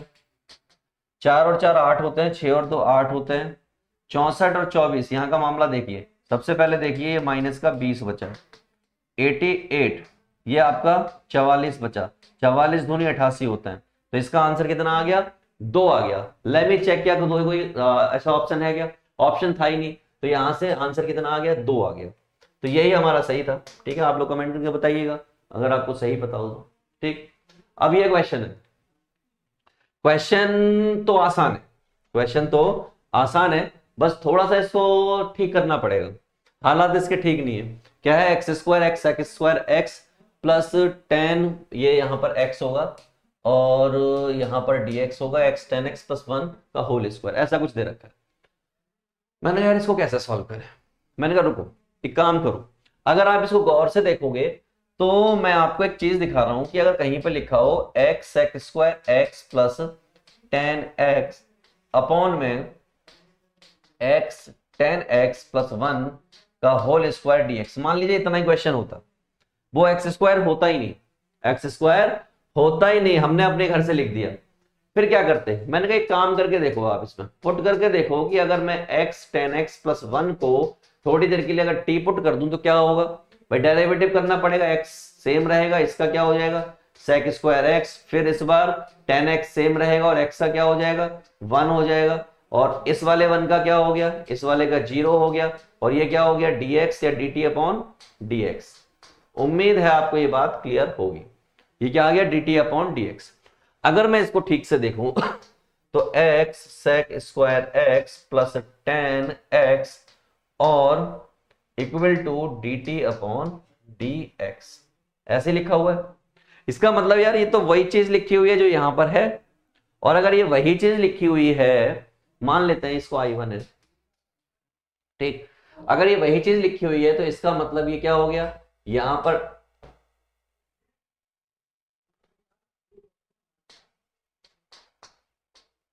dt और dx और dt हो गया, रिप्लेस कर दिया मैंने इसको, और अपॉन में हो गया आपका t स्क्वायर, और अगर मैंने इसका इंटीग्रेशन किया तो माइनस का 1 अपॉन टी प्लस सी, यानी कि minus x tan x plus 1, ये हमारा आंसर आ गया इस I1। आई होप अगर मैंने ऐसा किया है, अगर ऐसा किया है तो कुछ तो इसका पर्पस होगा मेरा ऐसा करने का। मैंने कहा हाँ पर्पस है, दिखाता हूं मैं। अगर मैं इस क्वेश्चन को, ये जो क्वेश्चन है आपके सामने, इसको दोबारा लिखूं, मैंने क्वेश्चन लिखा कि x square x sec square x plus 1 upon में एक्स टेन, यहां पर थोड़ी गलती कर दी हमने, x sec square x plus tan x upon में एक्स टेन एक्स प्लस 1 का होल स्क्वायर dx, यही क्वेश्चन है। मैच कर लो एक बार, कहीं कोई गड़बड़ तो नहीं है, नहीं है गड़बड़, सही है। अगर यही क्वेश्चन है तो अब आपको खींच दो इसको। अगर मैं इसको थोड़ी देर के लिए फर्स्ट मान लूं और इसको सेकंड मान लूं, और आपको मैं याद दिलाऊं वाई पार्ट, क्या याद दिलाऊं, वाई पार्ट मेथड। अगर आपको वाई पार्ट मेथड याद होगा तो वाई पार्ट मेथड कहता है first integration of second minus d upon d x first into integration of D x यानी सेकेंड, और ये dx, ऐसा कुछ कहता है। तो भाई साहब इन सब की वैल्यू रखनी है। अब मैंने इसको सेकंड क्यों माना, क्या ये मेरा रिश्तेदार है जो मैंने इसको सेकंड माना, मैंने इसलिए माना क्योंकि इसका इंटीग्रेशन पॉसिबल है और फॉर्मूले में सेकंड वाले का इंटीग्रेशन चाहिए होता है, इसलिए मैंने इसको माना, और कोई रिश्तेदारी नहीं अपनी इससे। तो भाई साहब इसका मतलब ये एक्स स्क्वायर हो गया, और यहां पर क्या लिख दिया मैंने, x sec square x plus tan x upon of x tan x plus 1 का square minus d upon d x square into x sec square x plus tan x upon में एक्स टेन एक्स प्लस 1 का square dx और dx। ये सिर्फ लिखा किया कुछ नहीं अभी मैंने, ठीक है, सिर्फ लिख डाला आपके सामने। अब अपन टिकाते हैं यहाँ पे चीजें। देखिए इसका तो कुछ नहीं करना होता, ये एक्स स्क्वायर सेम रहेगा, इसका करना होता है, इसका इंटीग्रेशन मुझे मालूम है, इसका इंटीग्रेशन कितना, minus 1 upon x tan x plus 1, ये इसका इंटीग्रेशन है, माइनस ये एक्स स्क्वायर का डेरिवेटिव क्या हो गया होगा, 2x हो गया होगा, इसका इंटीग्रेशन फिर माइनस आया होगा, तो यहां आ गया होगा minus x tan x plus 1 dx, ऐसा कुछ आ गया होगा। मैंने कहा बहुत खूब, बहुत खूबसूरत गजल लिख रहा। थोड़ा आगे बढ़ते हैं। तो भाई साहब ये हो गया हमारा माइनस का एक्स स्क्वायर, भाई माइनस, और नीचे हो गया एक्स टेन एक्स प्लस 1, ये माइनस माइनस प्लस हो गए और 2 भी बाहर आ गया, और ये बच गया एक्स अपॉन में x tan x plus 1 dx। सुनो गौर से दुनिया वालों, बुरी नजर ना हम पे डालो, सबसे आगे होंगे हिंदुस्तानी। हाँ हिंदुस्तानी आगे होंगे, थोड़ा सा दिमाग चलाना पड़ता है। देखो अगर मैं आपको थोड़ा इसकी झांकी दिखाऊं, अगर मैं इसकी झांकी दिखाऊं तो ये आपको x cos x दिखाई देगा। कैसे, tan x को sin अपन cos लिखा होगा आपने, तो ये हो गया होगा साइन एक्स और ये हो गया होगा कॉज एक्स dx। और अगर आप कल को इसको z पुट कर दो, यानी कि x sine x plus cos x को z पुट कर दो, तो x cos x plus sine x into 1 और इसका माइनस का साइन x, और ये आपका dx इक्वल टू dz होगा। इससे ये कट जाएगा, इसका मतलब x cos x dx equal to किसके होगा, dz के। ऐसा होने वाला है। इसका मतलब आप समझ गए कि भाई साहब ये k पड़ा हुआ है, ऊपर इसका डेरिवेटिव पड़ा हुआ है नीचे वाले का, और अगर ऐसा पड़ा हुआ है तो जनाब ये माइनस का x square x tan x plus 1 plus 2, मैं सीधा लिख रहा हूं, यही आएगा, यही आएगा जनाब, यही आएगा। और ये हो गया हमारा final answer. Let me check. Minus का x square x tan x plus 1 2 log x sine x cos x, तो मेरे हिसाब से C must be the right answer. C ही इसका सही उत्तर है जो आपने यूं खींच डाला। अब भाई साहब रुकना तो अपने को है नहीं, अपने को तो थोड़ा और आगे बढ़ना है। अब इस क्वेश्चन को देखो। अब सोचने समझने वाली बात यह है कि ये क्वेश्चन मैंने कराया हुआ, आप देखिए ये जो बॉडी है इस क्वेश्चन की, ये सारी बॉडी मैं पहले से टैकल कर चुका हूं। आप देखिए ये टैकल करके मैं ऐसे कुछ लाया हुआ हूं, मैंने क्वेश्चन कराया हुआ है। उन्होंने क्वेश्चन वाले भैया ने क्या किया है, लिमिट का बना दिया। इस क्वेश्चन को क्या किया, लिमिट का बना दिया। तो अपन लिमिट बनाने थोड़ी जाएंगे, अपन क्या करेंगे, अपन तो सीधी सी बात ये करेंगे कि भाई साहब limit n tends to infinity है और ये रूट d अपॉन n है। ये वाला हिस्सा जो है हमारा क्या बन गया, जो हमने सॉल्व किया, तो सॉल्व करके जो हमारा फाइनल हिस्सा आता है वो मैं लिख दे रहा हूं, that is root an root a1 upon में d आता है, ऐसा कुछ आता है, ऐसा कुछ आ जाता है। अच्छा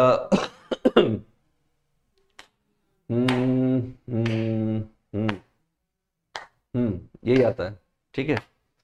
अगर ये सब आता है तो इसको मुझे सेटल डाउन करना पड़ेगा। सेटल डाउन करने के लिए मेहनत करनी पड़ेगी। मैंने कहा यार अब करनी पड़ेगी तो करनी पड़ेगी, क्या है। तो मैंने कहा देखो limit n tends to infinity, ये आपका रूट d है और ये आपका रूट n है। अगर आप गौर से देखेंगे तो ये लिखा हुआ है रूट में a1 plus n minus 1 d, और ये रूट में a1 अपॉन में d, ये ऐसे लिखा हुआ। ठीक, ठीक है सर, कोई दिक्कत नहीं है यहां तक। तो अगर limit n tends to infinity root d और रूट n लिखा हुआ है, यहां से अंदर ही अंदर अगर मैंने n कॉमन लिया तो बाहर रूट आएगा। इस जगह पर, इस जगह पर क्या आएगा, n कॉमन लिया तो बाहर रूट आएगा। तो इसका मतलब यहां आ गया रूट n। यहां पे क्या बचेगा, यहां पे बचेगा a1 अपॉन n, यहां पर क्या बचेगा 1 माइनस 1 अपॉन n d, और ये आपका a1, ठीक, और ये आपका d। यहां तक तो कोई तकलीफ नहीं है। अगर यहां तक आपको कोई तकलीफ नहीं है तो limit n tends to infinity root d root n, यहां से फिर से रूट n खींच दो बाहर। तो जैसे ही आपने रूट n खींचा बाहर, ये हो जाएगा आपका a1 upon n 1 minus 1 upon n d, और ये हो गया आपका रूट a1 अपॉन n, ये ऐसा हो जाएगा, और अपॉन में d। ऐसी कुछ कंडीशन आपके सामने पड़ी है, और ऐसी कंडीशन अगर पड़ी है तो इससे ये कट गया।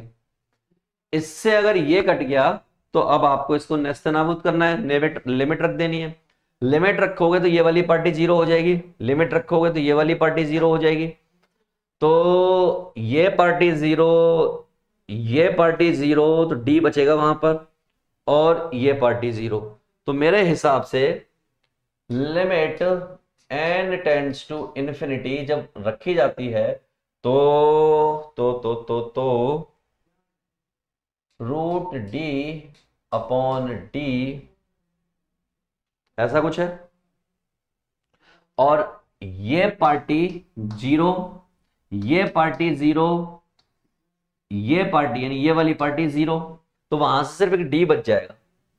क्या बच जाएगा? एक डी यहां से और आ गया, अपॉन में 1, और कुछ नहीं बचा। तो सब मिला के मैं ये कह दूं कि इसको भी नहीं छोड़ूं, ये हो गया मेरा 1। तो 1 must be the right answer of this particular question, right. तो आप इसको एलसीएम, इसको कॉमन लेने को अगर समझ में ना आया हो तो दोबारा से कॉमन लेके देखना, एक एक स्टेप कॉमन लेके देखना, आपको क्लियर हो जाएगा, राइट। आगे तो इसको तो खींच दिया हमने।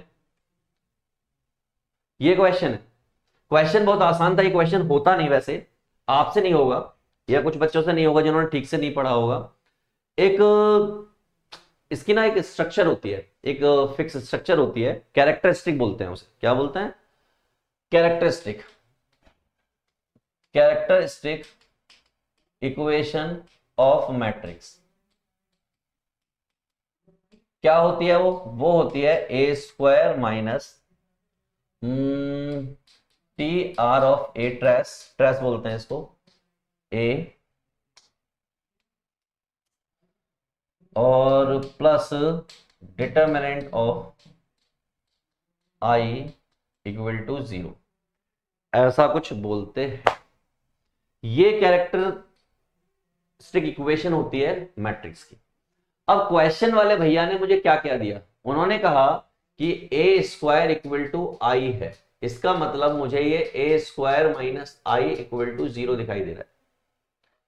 अगर ऐसा है तो क्यों ना मुझे ये थोड़ी देर में ऐसा दिखाई देने लगे, 0 ए प्लस -1 आई इक्वल टू 0। क्या मैं इसको ऐसा लिख सकता हूं? तो आप कहोगे बिल्कुल लिख सकते हैं, इसमें क्या है। मैंने कहा अगर मैं इसको ऐसा लिख सकता हूं तो आप गौर से देखिए, क्या ये कैरेक्टरिस्टिक इक्वेशन नहीं बन गई? मैं अगर इसको इससे कंपेयर कर दूं, T R of A plus, अगर मैं इससे कंपेयर कर दूं इसको, तो ये तो खींचने लायक चीज बन गई। ये वाली पार्टी 0 हो गई, ये वाली पार्टी -1 हो गई। तो इसका मतलब आप ये कह रहे हैं कि trace of A equal to 0 है और मैग्नीट्यूड जो है वो -1 है। बट सरकार ने भी आपको कुछ कह के भेजा। सरकार कह रही बाबू ऐसे कैसे? सरकार ने कहा कि भाई साहब trace of matrix no element 0 let sum of the diagonal element where A, sum of the diagonal, कह रहा sum of the diagonal. Sum of the diagonal का मतलब होता है कि कोई मैट्रिक्स है और यहाँ 2 3 4 7 8 3 2 1 0 लिखा हुआ है, तो ये जो होते हैं ये जो होते हैं ये यानी 2 + 8 + 0, this is what trace of A. तो क्या बोलते हैं इसको? ट्रेस बोलते हैं, यानी सम को ट्रेस बोलते हैं। तो ये इन्होंने पहले दे रखा है, ये कितना दिया उन्होंने? ए दिया है, क्वेश्चन में बोला है उन्होंने ए। तो इसका मतलब ये इन्होंने ए दिया है, इसका मतलब ए की वैल्यू आ गई 0 और डिटर्मिनेंट की वैल्यू बी दी है, इसका मतलब ये बी दे दिया तो इसकी वैल्यू आ गई -1। अब भाई साहब ने क्या पूछा? भाई साहब ने पूछा 3a स्क्वायर 4b² क्या होगा? हमने कहा भैया 3a इंटू 0 + 4 इंटू -1 का स्क्वायर, तो फाइनली कितना आ गया? 4 इसका आंसर आ गया। तो इस तरीके से आपको लगाना था। अगर आपको नहीं पता होता तो आप नहीं लगा पाते। दूसरा तरीका क्या हो सकता था? एक और तरीका हो सकता है इसको सॉल्व करने का, वो भी मैं आपको बता दूं। ये तो मेथड नंबर 1 हो गया जल्दीबाजी में करने का, यानी जब आपको पहले से पता है तो आप लगा सकते हो। दूसरा मेथड ये लगा सकते हो आप एक मैट्रिक्स एज्यूम कर लो। मान लो कौन सी मैट्रिक्स एज्यूम करोगे? यहां पर एबीसी इंक्लूड है पहले से ही, तो एबीसी को तो कर ही नहीं सकते, PQRS कर लो, PQRS कर लो PQRS कर लिया। अब उन्होंने कहा कि a² इक्वल टू आई है, इसका मतलब PQRS और PQRS इक्वल टू 1 0 0 1। इसके साथ खेलना स्टार्ट कर दो, इससे इक्वेशन बनाओ, इक्वेशन वगैरह बनाओगे, सिंप्लीफाई करो, सिंप्लीफाई करके आप आंसर ला सकते हो इससे। ठीक है, तो मैं इसको नहीं जा रहा, मैंने आपको करा दिया है, आप इसको खुद से करेंगे। ठीक है, डू इट, आप जा सकते हैं, आसानी से हो जाएगा। अब बढ़ते हैं आगे की तरफ। डिफरेंशिएशन का एक क्वेश्चन दिया गया, इस क्वेश्चन को कैसे डील करें? हमने कहा देखिए क्वेश्चन करना कोई ऐसा कठिन काम नहीं है। मैंने क्या किया, मैंने लेट कर लिया थोड़ी देर के लिए कि ये 2u लिखा हुआ है, ये 3b लिखा हुआ है, ये 20 लिखा हुआ है, ऐसा कुछ आपके सामने लिखा हुआ है। आपको क्या करना है, इस u और b के साथ खेल करना है, कांड करना है इसके साथ। इसका मतलब u की वैल्यू कितनी हो गई, x की पावर y हो गई। इसको सेटल डाउन करने का क्या तरीका होता है, लॉग लगाना। तो जैसे ही लॉग लगाया ये वाली पार्टी नीचे आ गई, क्या आ गई, नीचे आ गई ये वाली पार्टी। भाई ठीक है, लॉग लगा के नीचे तो आ ही जाती है, इसमें कौन सी बड़ी बात है। मैंने कहा लगाया लॉग, नीचे आया। अब इसको करना है डिफरेंशिएट। हमने जब डिफरेंशिएट किया तो ये हो गया 1/u और ये du/dx, ये y हो गया, ये 1/x हो गया, प्लस ये log x हो गया और इसका y डैश हो गया। ठीक, तो भाई साहब du/dx को ऐसे रहने दो, ये आपका u यहां आ गया, ये आपका yx और ये आपका log x और ये आपका y डैश हो गया। मैंने कहा बहुत सही, यहां पे ऐसा कोई डरावना नहीं है। अगर आप ध्यान से देखो तो ये x की पावर y है और ये y/x है और ये आपका log x है और ये आपका y डैश है। ठीक है, उम्मीद है यहां तक आपको क्लियर होगा, बिना किसी तकलीफ के, कोई पीड़ा आपको नहीं होगी। सिंपल क्वेश्चन है। आपको मालूम है कि x की और y की वैल्यू पहले से गिवन है, इसका मतलब du/dx की अगर बात करूं तो ये 2 की पावर 2 हो गया, ये 2/2 हो गया, ये आपका log 2 हो गया और ये आपका y डैश हो गया। थोड़ा सा और खेल दिया गया तो ये 4 हो गया, ये 1 हो गया, ये y डैश log 2 हो गया। कंडीशन कुछ ऐसी बन गई आपके सामने। अगर बाबू कंडीशन ऐसी बन गई तो इसको तो खेलना पड़ेगा। इसको अगर मैं खेलने जाऊंगा तो ये क्या हो जाएगा, 4 + 4 y dash that is log 2। ये कंडीशन बन गई और जो हमने क्या निकाला, du/dx। सेम कंडीशन मुझे इसके साथ करनी है, v के साथ। तो हमने क्या किया, इस बार v को उठाया, तो v क्या है, y की पावर x है, log लगाया तो ये क्या हो गया, log v = x log y हो गया। ठसक दिया भाई पकड़ के। अब हम डिफरेंशिएट करेंगे तो ये 1/v dv/dx हो जाएगा और ये x हो जाएगा, ये 1/y हो जाएगा, y का y डैश हो जाएगा, ये आपका log y हो जाएगा। ठीक है, सेम, और x का 1 हो गया। अगर मैं इसको ध्यान से देखूं तो ये लिखा हुआ है dv/dx = v उधर चला जाएगा तो इसका मतलब y की पावर x और ये x/y y dash plus log y, ऐसा कुछ लिखा हुआ है। और इसके लिए भी x और y की वैल्यू पता है, तो इसके लिए भी अगर x और y की वैल्यू पता है तो dv/dx = ये भी आपका 4 हो गया और ये हो गया आपका 2/2 y डैश और ये आपका log 2। सब मिला के लिख सकता हूं 4 y डैश log 2। थोड़ा और बढ़ा दीजिए तो 4 y डैश प्लस 4 log 2। ये हमारे सामने कंडीशन बन गई, तो कुछ हद तक काफी अच्छा बन गया है। अब मुद्दे पर आइए, 2u3v 2u3b = 20 है। आपको भी मालूम है जिस दिन आपने इसको ऐसा किया होगा, जिस दिन आपने इसको ऐसा किया होगा ये 0 हुआ होगा और आपने क्या करनी है, अब इनकी वैल्यूज रखनी है। तो भाई साहब 2 तो ऐसे रखा रहने दीजिए, इसकी वैल्यू उठाइए, क्या है, du/dx की। तो du/dx की वैल्यू है 4 + 4 y dash log 2, 4 + 4 y dash log 2 plus 3। इसकी वैल्यू को जब आप पुट करोगे, इसकी वैल्यू क्या है भाई, 4y डैश प्लस 4 log 2, ये इसकी वैल्यू है। इक्वल टू में क्या है, 0 है, यानी कि 0 है। अंदर बिठा दिया 8 + 8 y डैश log 2, 3 चौक 12 y डैश 3 चौक 12 log 2 = 0। तो भाई साहब इसको एक्यूमुलेट करना है, ठीक करना है। तो मैंने कहा क्या, मैंने कहा 8 y dash log 2 plus 12 y dash = 12 log 2 minus 8, ऐसे कर लिया। ये सारा एक तरफ, इसको उधर ले गए और ये भी माइनस का ही जाएगा। ठीक है, ठीक है भाई, माइनस का चला गया, क्या दिक्कत है। अगर मैं 4 से काटने की कोशिश करूं, 4 दूनी 8, 4 तिया 12, 4 तिया 12, 4 दूनी 8, तो ये हो गया y डैश 2 log 2 प्लस 1 या 3 equal to minus 3 log 2 plus 2, minus बाहर ले लिया तो y dash equal to minus 2 plus 3 log 2 upon में 3 प्लस 2 log 2। ये आपके आंसर्स आ गए।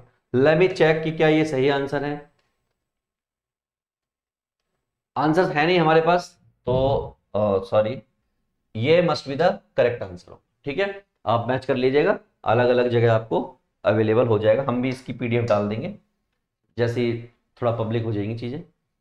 अगला क्वेश्चन, इसको देखिए, हमने ये क्लास में क्वेश्चन में कराया हुआ, देखिए टर्म फ्रॉम एंड और टर्म फ्रॉम बिगिनिंग। यहां पर क्या है, आप गौर से देखेंगे, टर्म फ्रॉम बिगिनिंग और टर्म फ्रॉम एंड, यहां पर भी वही आया।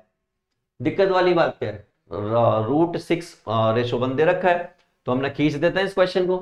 तो इसकी अगर मैंने जनरल टर्म ओपन की तो जनरल टर्म क्या हो जाएगी, NCR 2 की पावर 1/4 और n-r और 3 की पावर -1/4 r। ये हो गई फ्रॉम द बिगिनिंग। क्या हो गई, फ्रॉम द बिगिनिंग। मैंने इसी को डिवाइड कर दिया फ्रॉम द एंड, तो वो क्या होता है, NCR, ये 3 की पावर 1/4 n-r आ जाएगा और ये 1/4 n-r आ जाएगा। ठीक है, और ये सब दे रखा है मुझे √6/1 के बराबर। अगर ये सब मुझे √6/1 के बराबर दे रखा है तो भाई एक चीज तो इससे तो ये अंतिम संस्कार हो गया। इसको अगर मैं ध्यान से देखूं तो ये लिखा हुआ है n-r/4, ऐसे लिखा हुआ है। और इसको ध्यान से देखूं तो ये -r/4 लिखा हुआ है।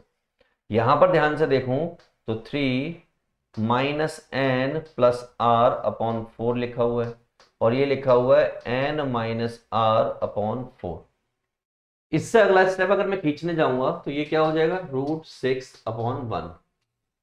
अगर मैं ध्यान से देखूं तो ये भी 2 है, ये भी 2 है। अगर ये भी 2 है, ये भी 2 है, इसका मतलब मैं ये कह सकता हूं 2 की पावर n-r/4 माइनस n-r/4। ये सेम आ गया। सेम तो नहीं आना चाहिए, चाहे कुछ भी हो जाए, सेम तो नहीं आना चाहिए। हाँ, सेम क्यों नहीं आना चाहिए, ये जो पार्टी है ना ये आर होगी, ये वाली पार्टी क्या होगी, आर होगी सिर्फ।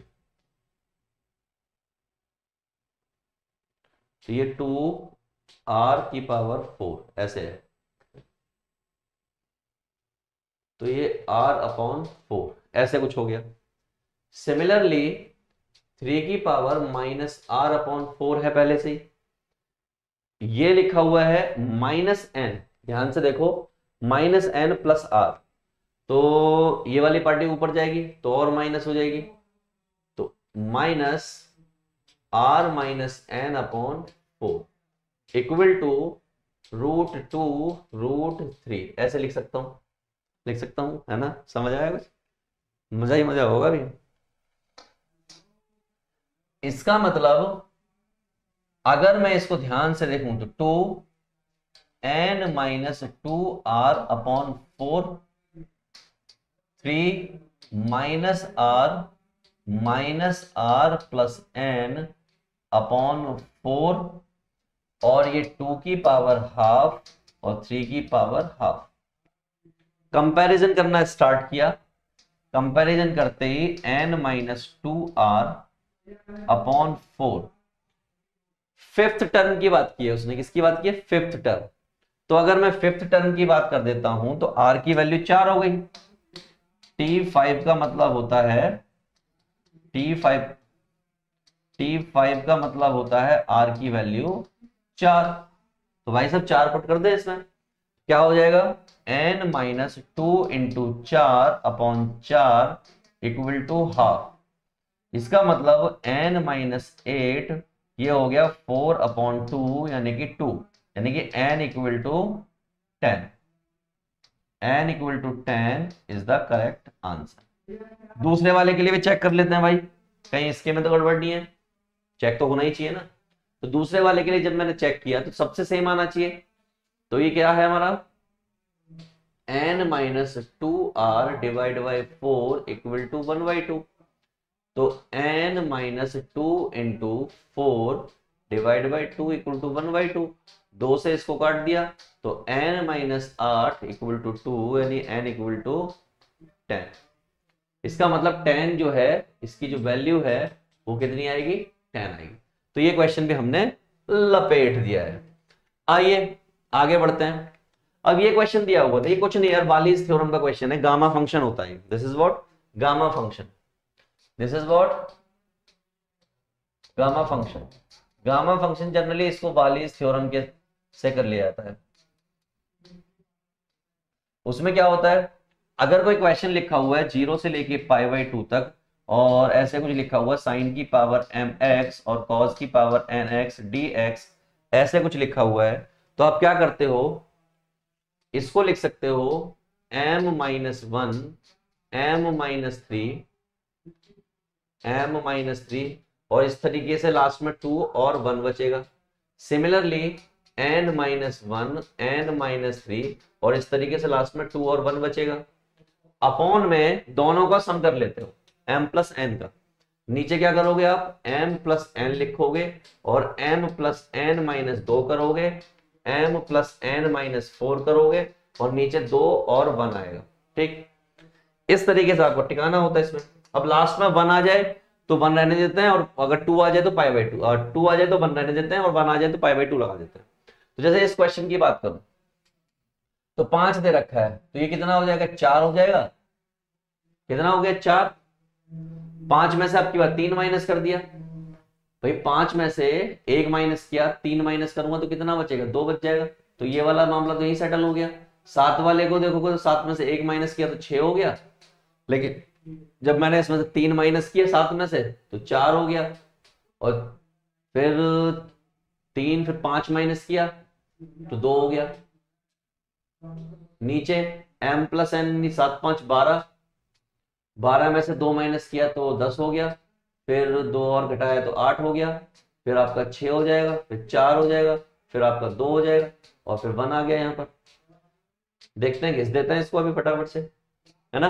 देखो हाँ, इस 2 से ये 2 चला गया, इस 4 से ये 4 चला गया, इस 6 से ये 6 चला गया, 4 दूनी 8, 8 चला गया, क्या बचा 120 टक, ये आंसर आ गया। अगला नेक्स्ट आसान क्वेश्चन है, कराया जाता है। इन्होंने क्वेश्चन में ध्यान से पढ़िए क्या कहा। क्वेश्चन वाले भैया कह रहे हैं कि pair of dice is thrown 5 times, कितनी बार उछाला 5 बार। If sum 5 is considered success, कह रहा सम 5 आए, सम क्या आए 5 आए, सम 5 कहां कहां आता है, कहां कहां आता है, अगर आप बता सकते हैं तो बताइए। सम 5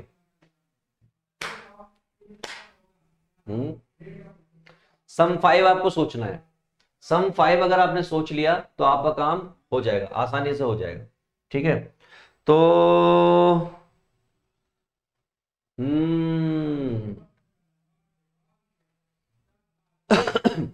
4 नेम 36 होते हैं वैसे, 5 माइनस 1 होता है, वो क्या होता है 5 माइनस 1।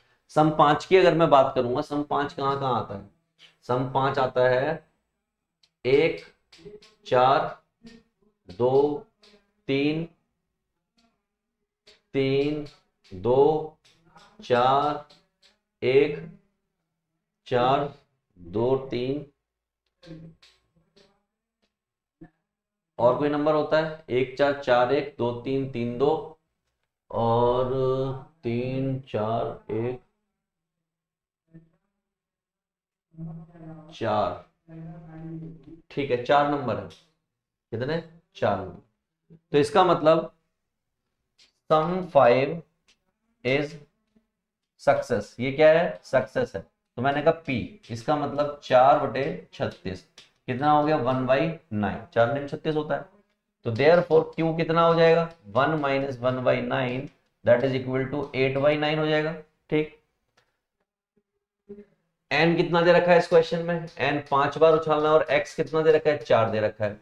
तो therefore P x equal to 4, ये हो जाएगा 5c4। क्यू वाला आगे रखते हैं यहां पे, ध्यान रखना, क्यू एन माइनस आर यानी कि एक्स इंटू पी एक्स। तो ये कितना हो गया 5c4, क्यू कितना है 8/9, तो ये 1 आ जाएगा, और ये कितना है 1/9, ये 4 आ जाएगा। ठीक, खींच दिया मैंने खींच दिया, तो आपसे भी हो ही जाना है। तो क्या हो जाएगा यहाँ पर 5 फैक्टोरियल, 4 फैक्टोरियल और 1 फैक्टोरियल इंटू ये आपका 8/9 है, ये 3 की पावर 8 है, ऐसे कुछ मान लो, है ना। तो ये 5 रह जाएगा, ये आपका 8 रह जाएगा, ये 9 रह जाएगा, ये 1/9 की पावर 4 रह जाएगा। तो एक तरीके से 5 8 40 और 9 की पावर 5, ऐसा कुछ बचा। तो ये must be the right answer, ये ऐसा कुछ होना चाहिए, ये आपका आंसर 5 8 40। हाँ ठीक है, यही आंसर होना चाहिए। ठीक, चलो आगे बढ़ते हैं। हाइट एंड डिस्टेंस का क्वेश्चन है भाई, लल्लू क्वेश्चन है, कुछ नहीं करना इस क्वेश्चन में। क्या नहीं करना, कुछ नहीं करना, लल्लू सा क्वेश्चन है। ठीक है, चलो करते हैं स्टार्ट। ये क्वेश्चन ऐसे कराया हुआ था, ऐसे क्वेश्चन आ गया, तो मैंने कहा ले क्या दिक्कत है, कर देते हैं अभी इसको। तो पहले वाले एंगल के लिए करो, पहले वाले के लिए क्या, इस हाइट के लिए करो, इसके लिए। तो मैंने क्या किया कि tan 60 लगा लिया। अगर मैंने tan 60 लगा लिया पहली कंडीशन के लिए, तो वो क्या हो जाएगा, वो हो जाएगा आपका AB/BQ, ऐसा कुछ हो जाएगा। tan 60 क्या होता है, √3 होता है। AB मेरा कितना है 30 है, और ये मेरा कितना है BQ, तो BQ मेरा आ गया कितना 30/√3। 30/√3 का मतलब होता है √3 से ऊपर मल्टीप्लाई, √3 से नीचे मल्टीप्लाई, तो ये हो गया आपका tan√3। ये BQ की वैल्यू आ गई। अगर BQ की वैल्यू आ गई तो BQ कितना, ये भी तो BQ होगा, ये भी BQ हो गया। ठीक है भाई, अब अगर मैं इसके लिए खेलना स्टार्ट करूं, इस वाले के लिए, AC के लिए, तो दूसरी कंडीशन मेरी ये है कि मैं tan 15 लगाऊं, 15 डिग्री, और ये हो जाएगा आपका AC/BQ। AC/BQ हो जाएगा, क्योंकि ये तो मुझे पता है। अच्छा, तो tan 15 जो होता है √3 - 1 अपॉन में √3 + 1 होता है, और ये AC/BQ, BQ की वैल्यू कितनी है tan√3।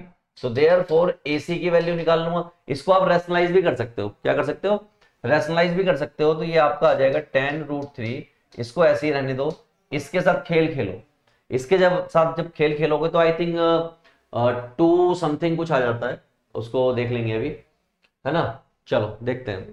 तो ये आपका √3 - 1 √3 + 1, आपने क्या किया, रैशनलाइज कर दिया।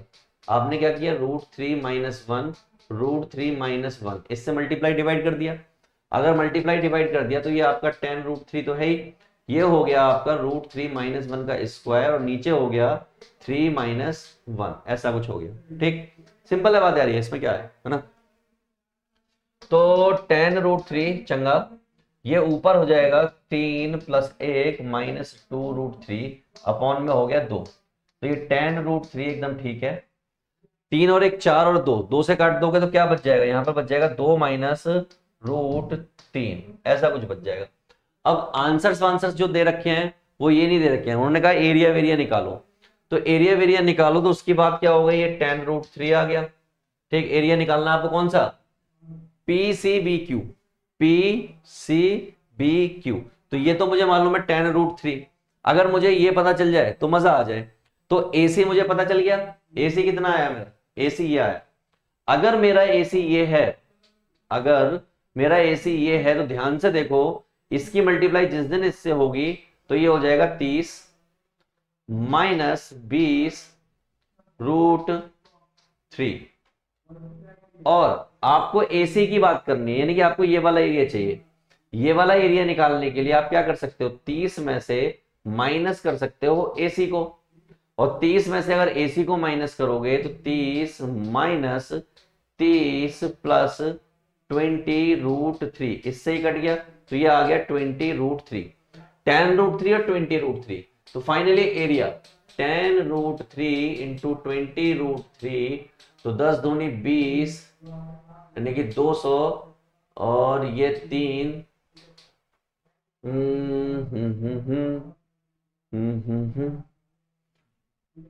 600 स्क्वायर यूनिट ऐसा कुछ एरिया है आपका। ठीक है, लेट मी चेक, मैं चेक कर लेता हूँ। यहां पर एक बार फिर से देख लेते हैं, एरिया में हो सकता है गड़बड़ हो रही हो। अगर मैंने एसी की बात की तो एसी मेरी बिल्कुल सही आई है, इसको एक बार देख लेते हैं। तो ये हो जाएगा आपका 20√3 और माइनस ये हो जाएगा आपका 30, यहां से ये। और अगर मैं इसको निकालना चाहता हूं, बीसी को निकालना चाहता हूं, तो मैं क्या करूंगा, मैं 30 में से माइनस करूंगा 20√3 माइनस 30 को। तो अगर मैंने इसको माइनस कर दिया तो ये हो गया 30 माइनस 20√3 प्लस 30। 30 और 30 60 होता है 20√3।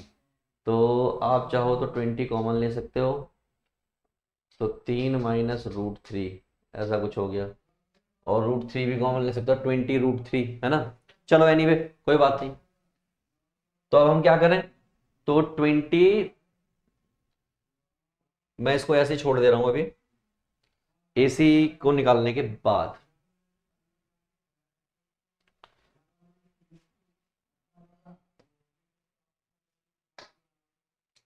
तो एसी की अगर मैं बात करूं तो एसी हो जाएगा आपका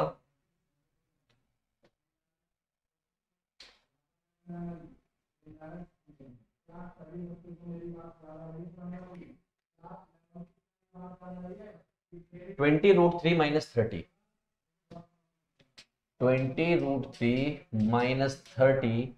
और अगर मुझे बीसी निकालना हो, क्या निकालना हो, बीसी, तो बीसी निकालने के लिए, क्योंकि मुझे मालूम है कि जो मेरा एसी है वो 20, AB जो है वो मेरा बना है AC प्लस BC से। ठीक, AB की वैल्यू 30 है और इसकी वैल्यू 20√3 माइनस 30 है, और ये आपका BC है। आप इसको इधर की तरफ फेंको, तो 30 minus 20√3 plus 30 equal to BC।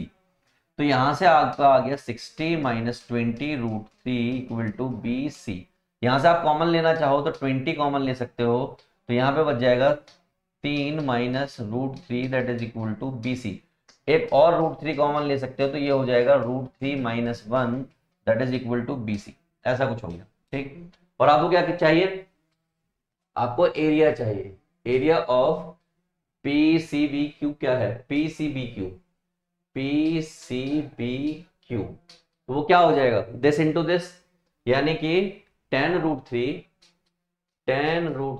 Into 20√3 √3 minus 1।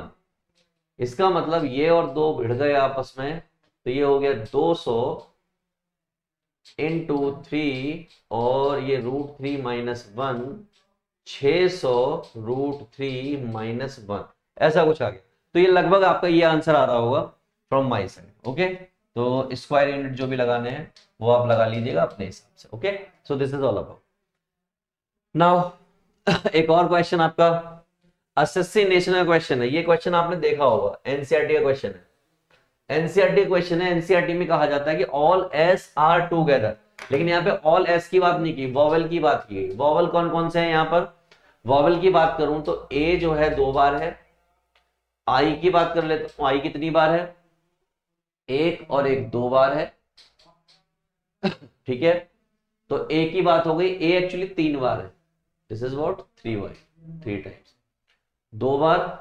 Vowel है हमारा ये वाला, ये वाला, ये वाला, ये वाला, ये वाला, ये वाला, तो 2 और 2 4 और 2 6, 6 वॉवेल है।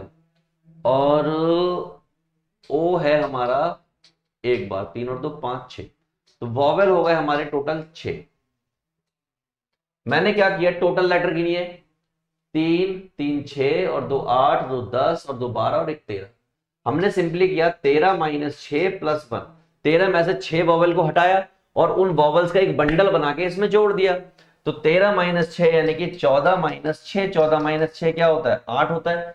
तो बस आपको यही तो सॉल्व करना है, 8 फैक्टोरियल।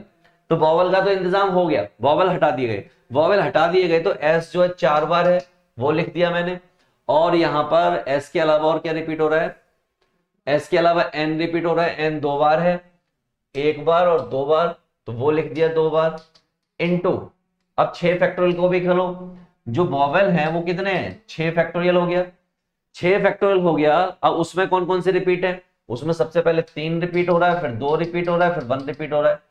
इसका मतलब 8 factorial into 6 factorial into 6 factorial upon में 4 factorial 2 factorial into 3 factorial into 2 factorial, ये आपका फाइनल आंसर होगा। आप इस आंसर को कैलकुलेट कर सकते हैं टक से। ओके, नाउ मूविंग, अगला क्वेश्चन देखते हैं क्या है।